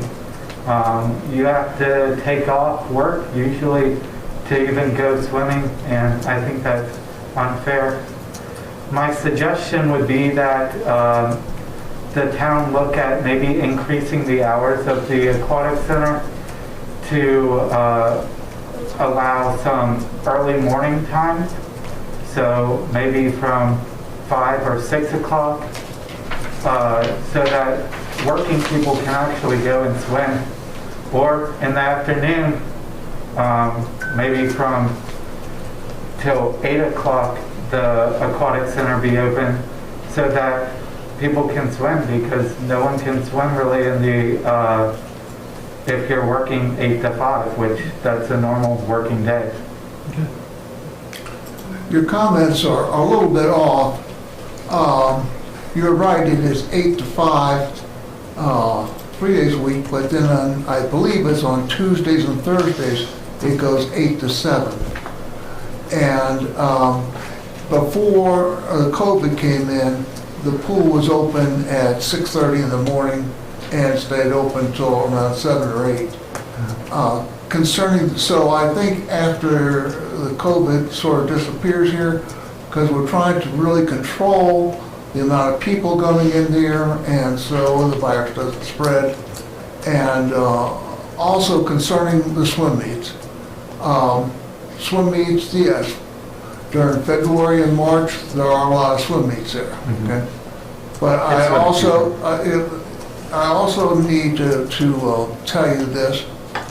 Because of the swim meets, the economy here gets a tremendous boost from the swimmers and their families and whatever, and thereby helps all our business around here, especially our motels, our restaurants, and it also helps you. If we didn't have swim meets, you wouldn't be able to pay $10 a month, which is what you're paying right now. Is that correct? I am paying $10, but I'm also paying more in taxes as well. Can you believe that, though? You're getting into the place like the aquatic center, for a place like that, for $10 a month, okay? But we understand your comment, and it will get, you know, we're cognizant of that. And I would like to thank council. Sure. I would like to say that, yes, on Tuesdays and Thursdays it's later, but recently Tuesdays and Thursdays have not been open until 6:45. They've been closing on Tuesdays and Thursdays at 10:30 a.m. Thank you. And I completely agree with you. I have been looking at the calendar and schedule. Mr. Hopper, you may want to look at the calendar for this week's and stuff. Just this week, the aquatic center for the public was open on Tuesdays and Thursdays only from 8 to 10:30 for the town of Christiansburg citizens. So for you to call him out the way you did, please apologize. Thank you. I'm so sorry. Thank you so much for coming out tonight. Mr. Showalter, if you'd like to address, everybody else does too. I'm just going to address Randy. Randy, I know the rec center is open at 6 a.m. and it remains open until 7 p.m. at least Monday through Friday. I don't go up there on weekends. Could you at least check with Terry and her group and at least get it, see if they can increase the hours? I think that's a reasonable request. But I can't. And then if they can't, if you could provide us detailed information as to why. Sure will. Thank you. I have found out some information about that after talking to Terry this week, and correct me if I'm wrong. This week, for example, the times that we are open on Monday and then Wednesday and then Thursday, they said that we are open actually until 8, but you are absolutely right. For the normal citizens, they cannot use it from 5 to 8. And the real reason is because from 5 to 8, they're doing some classes during that time. So maybe it will take some rearrangement in our part to see if we can figure out how we can get some of citizens like you maybe to use the facility later on. So it will not conflict and it will not have any issues with your work. Thank you, Ms. Hicks. At request of council, would you follow up to see what we can do for expanding hours on this? Yes. I think it probably needs to have a good solid look. I believe the governor is supposed to weigh in on capacity as well. They did have a press conference this afternoon. Okay. Very good. Thank you for coming out Is tonight. there anyone else who would like to address council?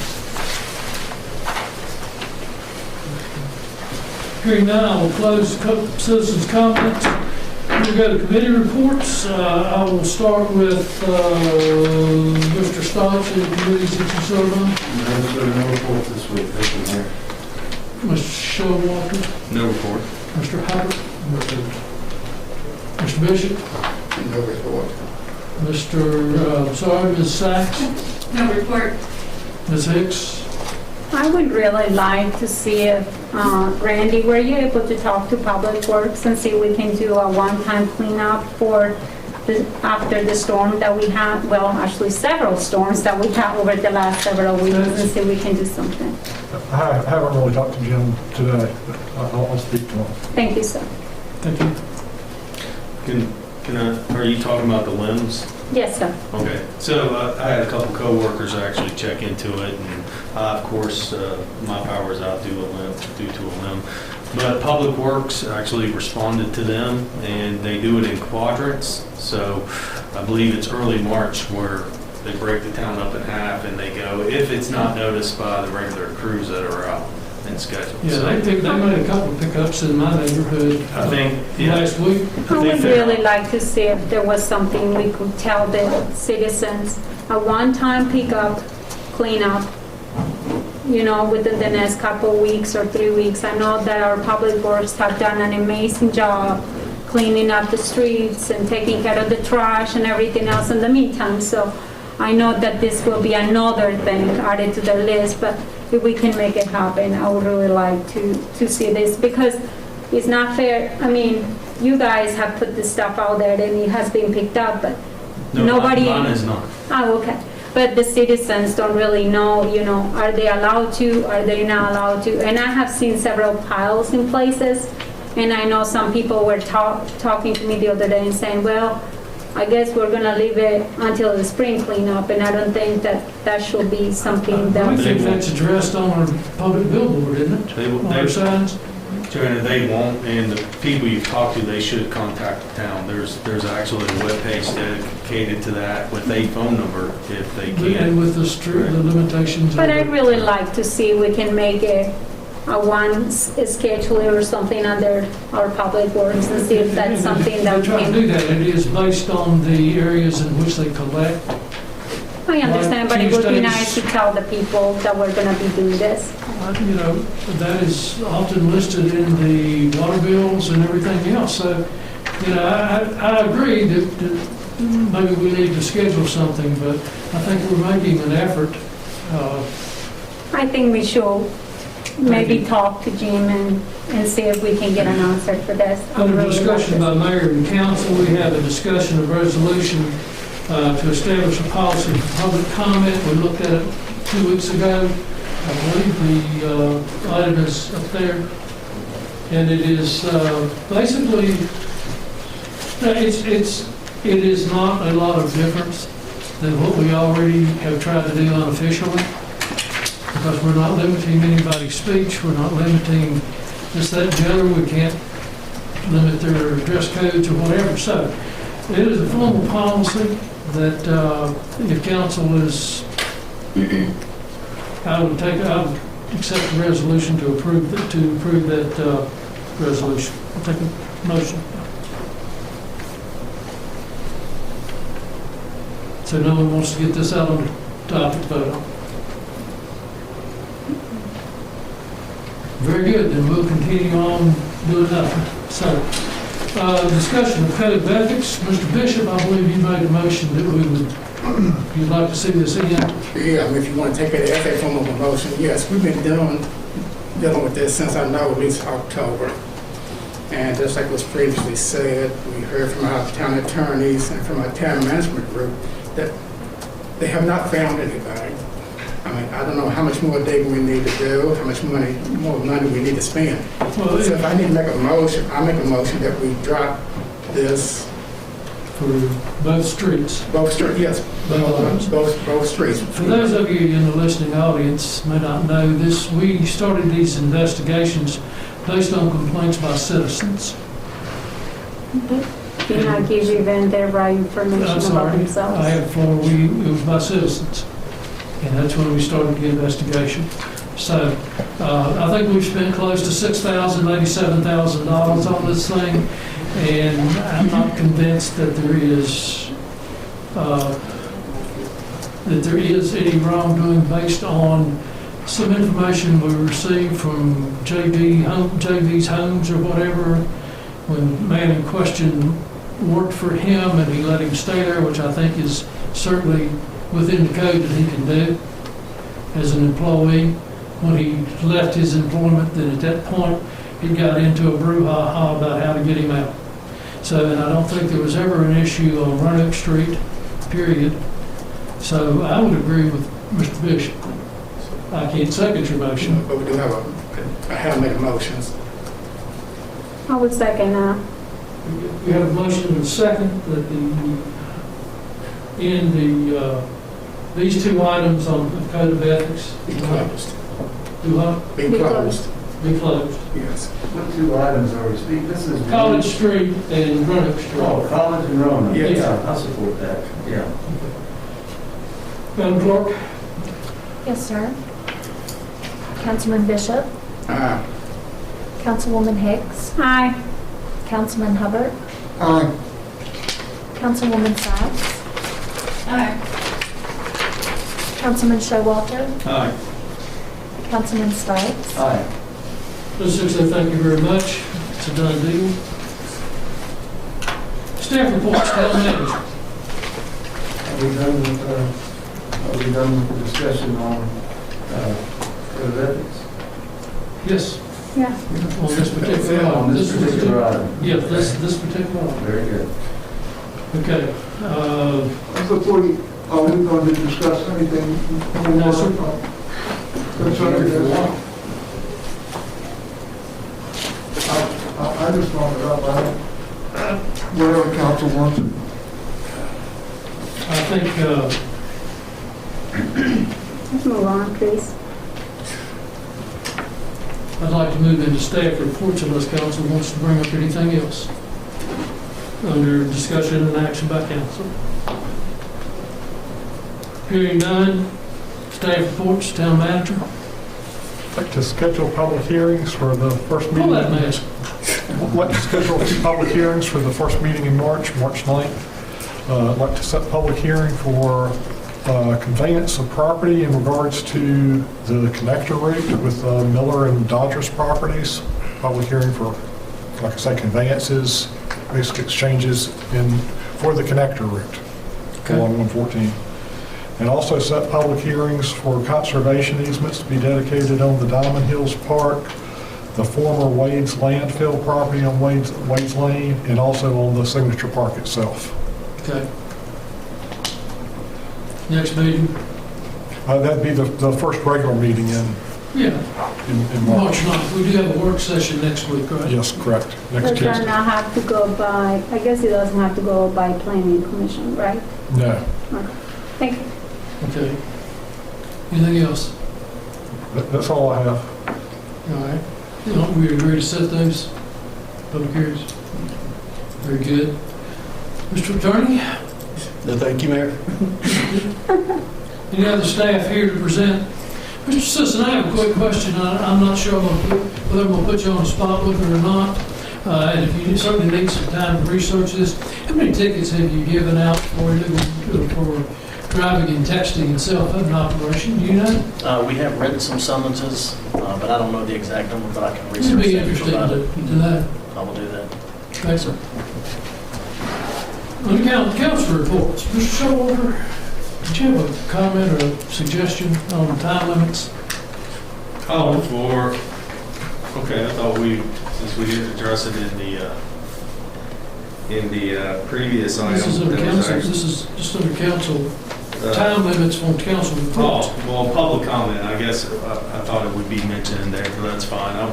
I mean, personally, this is a council, whether we would want to see ourselves have time limits, since our citizens do. Of course, that's the initial response I would expect from an agenda item, that we each are allotted 3 minutes. Once each of us have been approached for our time to speak, which we don't have to, then it can be opened up to the floor for debate or discussion. Because I do see that it really doesn't, it gets to a point where not all of us can say what we need to say. I'm not saying we can't debate it, but at least each of us get an opportunity provided by the chair, at least up to 3 minutes to comment on something. And Mike, that would take, if you were willing to, instead of a poll vote, a poll comment across and then open it up for discussion. Sure. If we would all be interested in that. I am so confused about what you just said. Can you explain the whole thing? For instance, I'm sorry, I don't mean to be rude, I just didn't No, I understand. understand. If we make a motion, it's seconded, it gets put on the floor, that each of us are allotted up to 3 minutes to speak. Under this section, under council In reports. lieu of jumping straight in and a debate goes here, debate goes there, debate goes here. Before it gets opened up for debate, that each one of us has an opportunity. We don't have to take advantage of that opportunity, but each one of us has up to 3 minutes to make a comment, and then it can go to the floor where we can debate it out with one another, or if it's something that's directed towards like a public hearing or something like that. Does that make sense? But isn't that currently allowed? I thought that was currently. What happens is we make a motion, we second it, and then it gets basically thrown on the table. What I would like to see is a little bit more orderly first initial comment, and then it can be put on the table for debate amongst council This will be members. an uninterrupted comment. For instance, if you're commenting, nobody can interrupt you for 3 minutes. And then he would poll Sam. If Sam wanted to say something, he could. If I did, I got 3 minutes. Then after we all had an opportunity, then we can open it up to the floor for debate. But it gives you an opportunity, a full 3 minutes to state whether you support or comments towards that without getting interrupted by another council member. But you're saying this will fall under the council report? Council reports. I was hoping it would be during the agenda items. So If that's we, okay. because, I mean, Well, I'm asking because The mayor said for this section, for just for citizens, or for council reports, but you're saying yes. throughout the meeting, Well, for every agenda. when it comes to an agenda item that we actually vote on, it would be nice that we each have a certain amount of time uninterrupted, whether or not we want to take advantage of that or not before it goes to the floor. So, in citizens' comments, you're saying No, that not during citizens' it's 3 comments. minutes. That our citizens have 3 minutes. Sir. I'm talking about council members during our... Council reports. This section of the meeting that we're in now. No. Well, I would hope that if a council member is reporting on it, that we will give them time to talk about it. What I'm referencing is not the consent agenda or the citizen comments. I'm talking about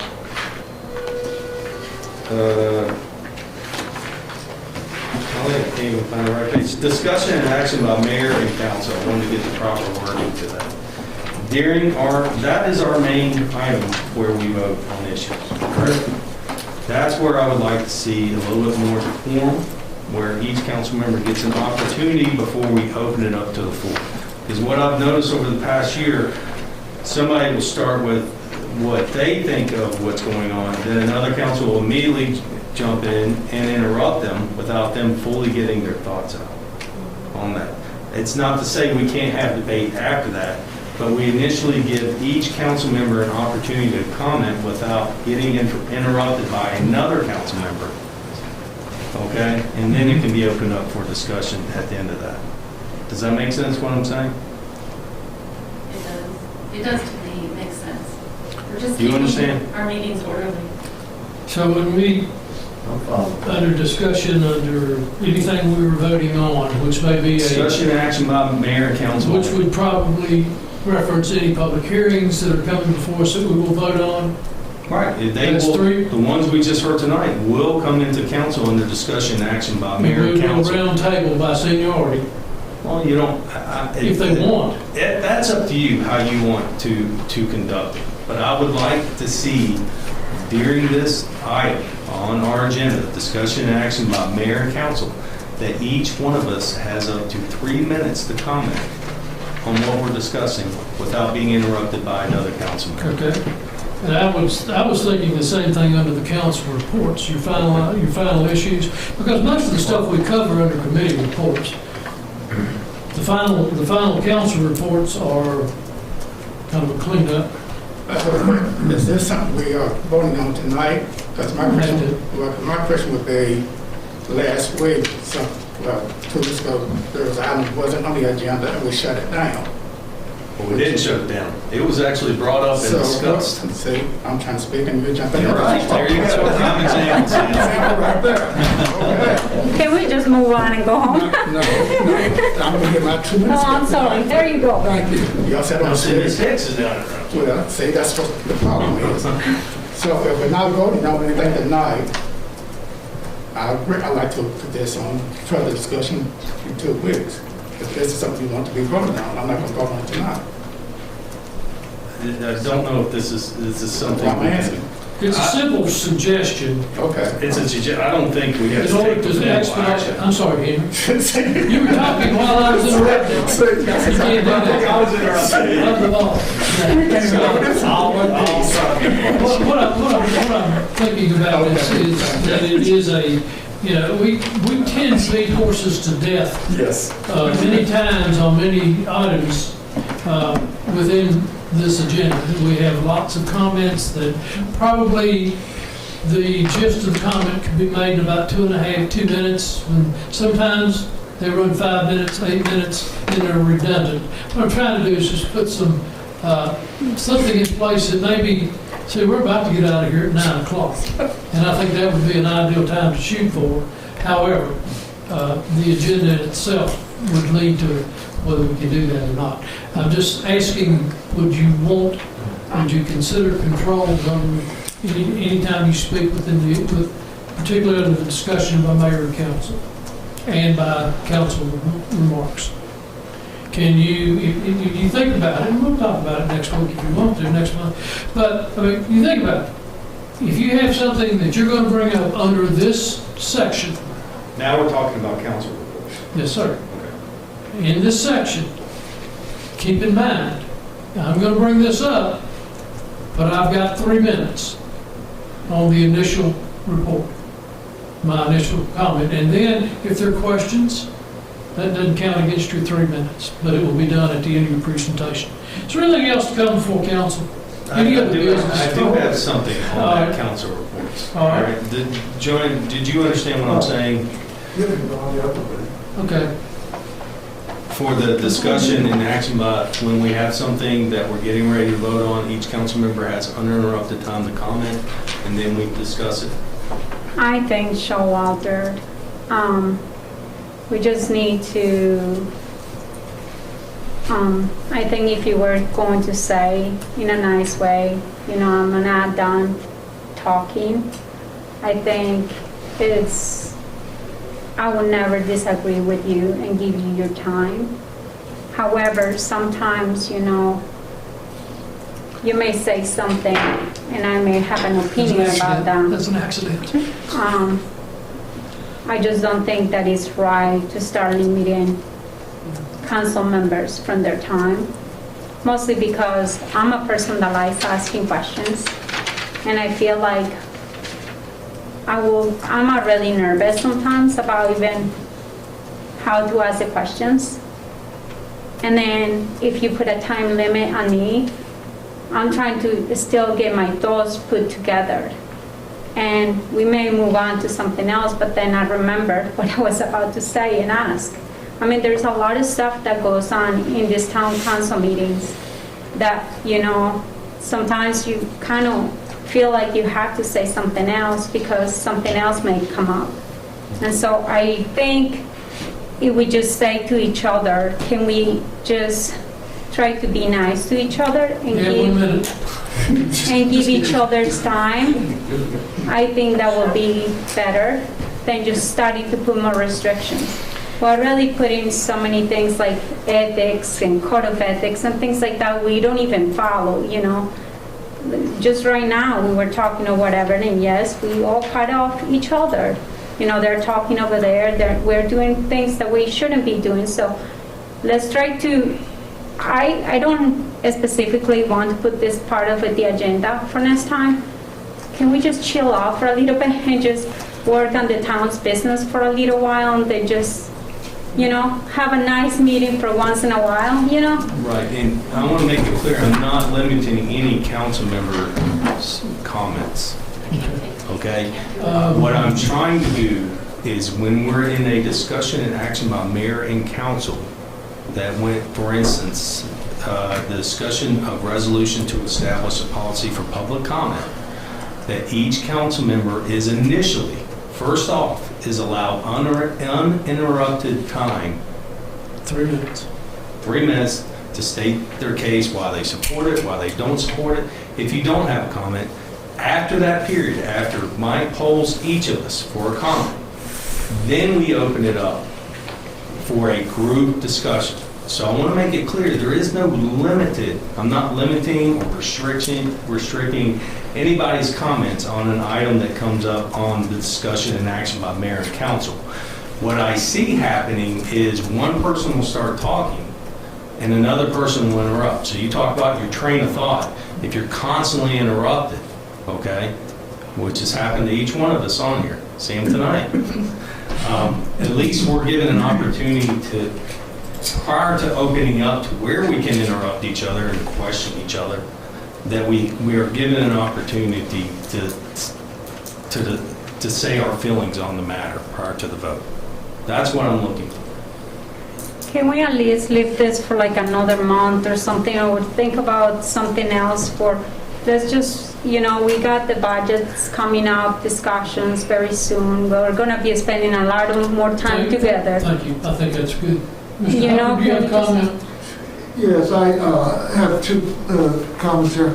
I saw in the paper the other day that it looks like the rail system has gotten some support from our legislation, and so looks like better and better chance for rail traffic to be coming up to Christiansburg. I thought that was good. And I just wanted to make a quick announcement here too that I've decided that I'm not going to run for re-election for the next term, and I just want to present that. That's all I have. Thank you. Ms. Sachs? Nothing. Nothing. Ms. Hicks? You've been around the table 2 or 3 times. So are you good? You ready to get home? That sounded really rude, but You gotta let me. Let's show up. All right, so since you mentioned council reports, I do think that we should not have an item pop up on council reports that is important, like what happened last meeting, that actually it was requested that we all weigh in on it, which is a discussion and action by mayor and council, which was not on the agenda. So I encourage each of you, if it's, don't try to sneak something in the council reports, whether it's in the paper, and then start to poll council. Because that is, in fact, a discussion and action by mayor and council at that point, which we did not advertise to the public. And we can't have that happen. So, there's nothing on the bylaws that says we even have to do this council report thing. I think it's a good time to share thoughts in it and get things on the table. But as long as it doesn't turn into we're taking action on something that was not put in discussion and action by mayor and council, which should be, that's what this is about, informing the public of what's going on. Very good. Okay. Are we done? Anything else? I don't have anything later in the I'm sorry, I must be going around. I was thinking about committee reports. I'm sorry. All right. Anything else?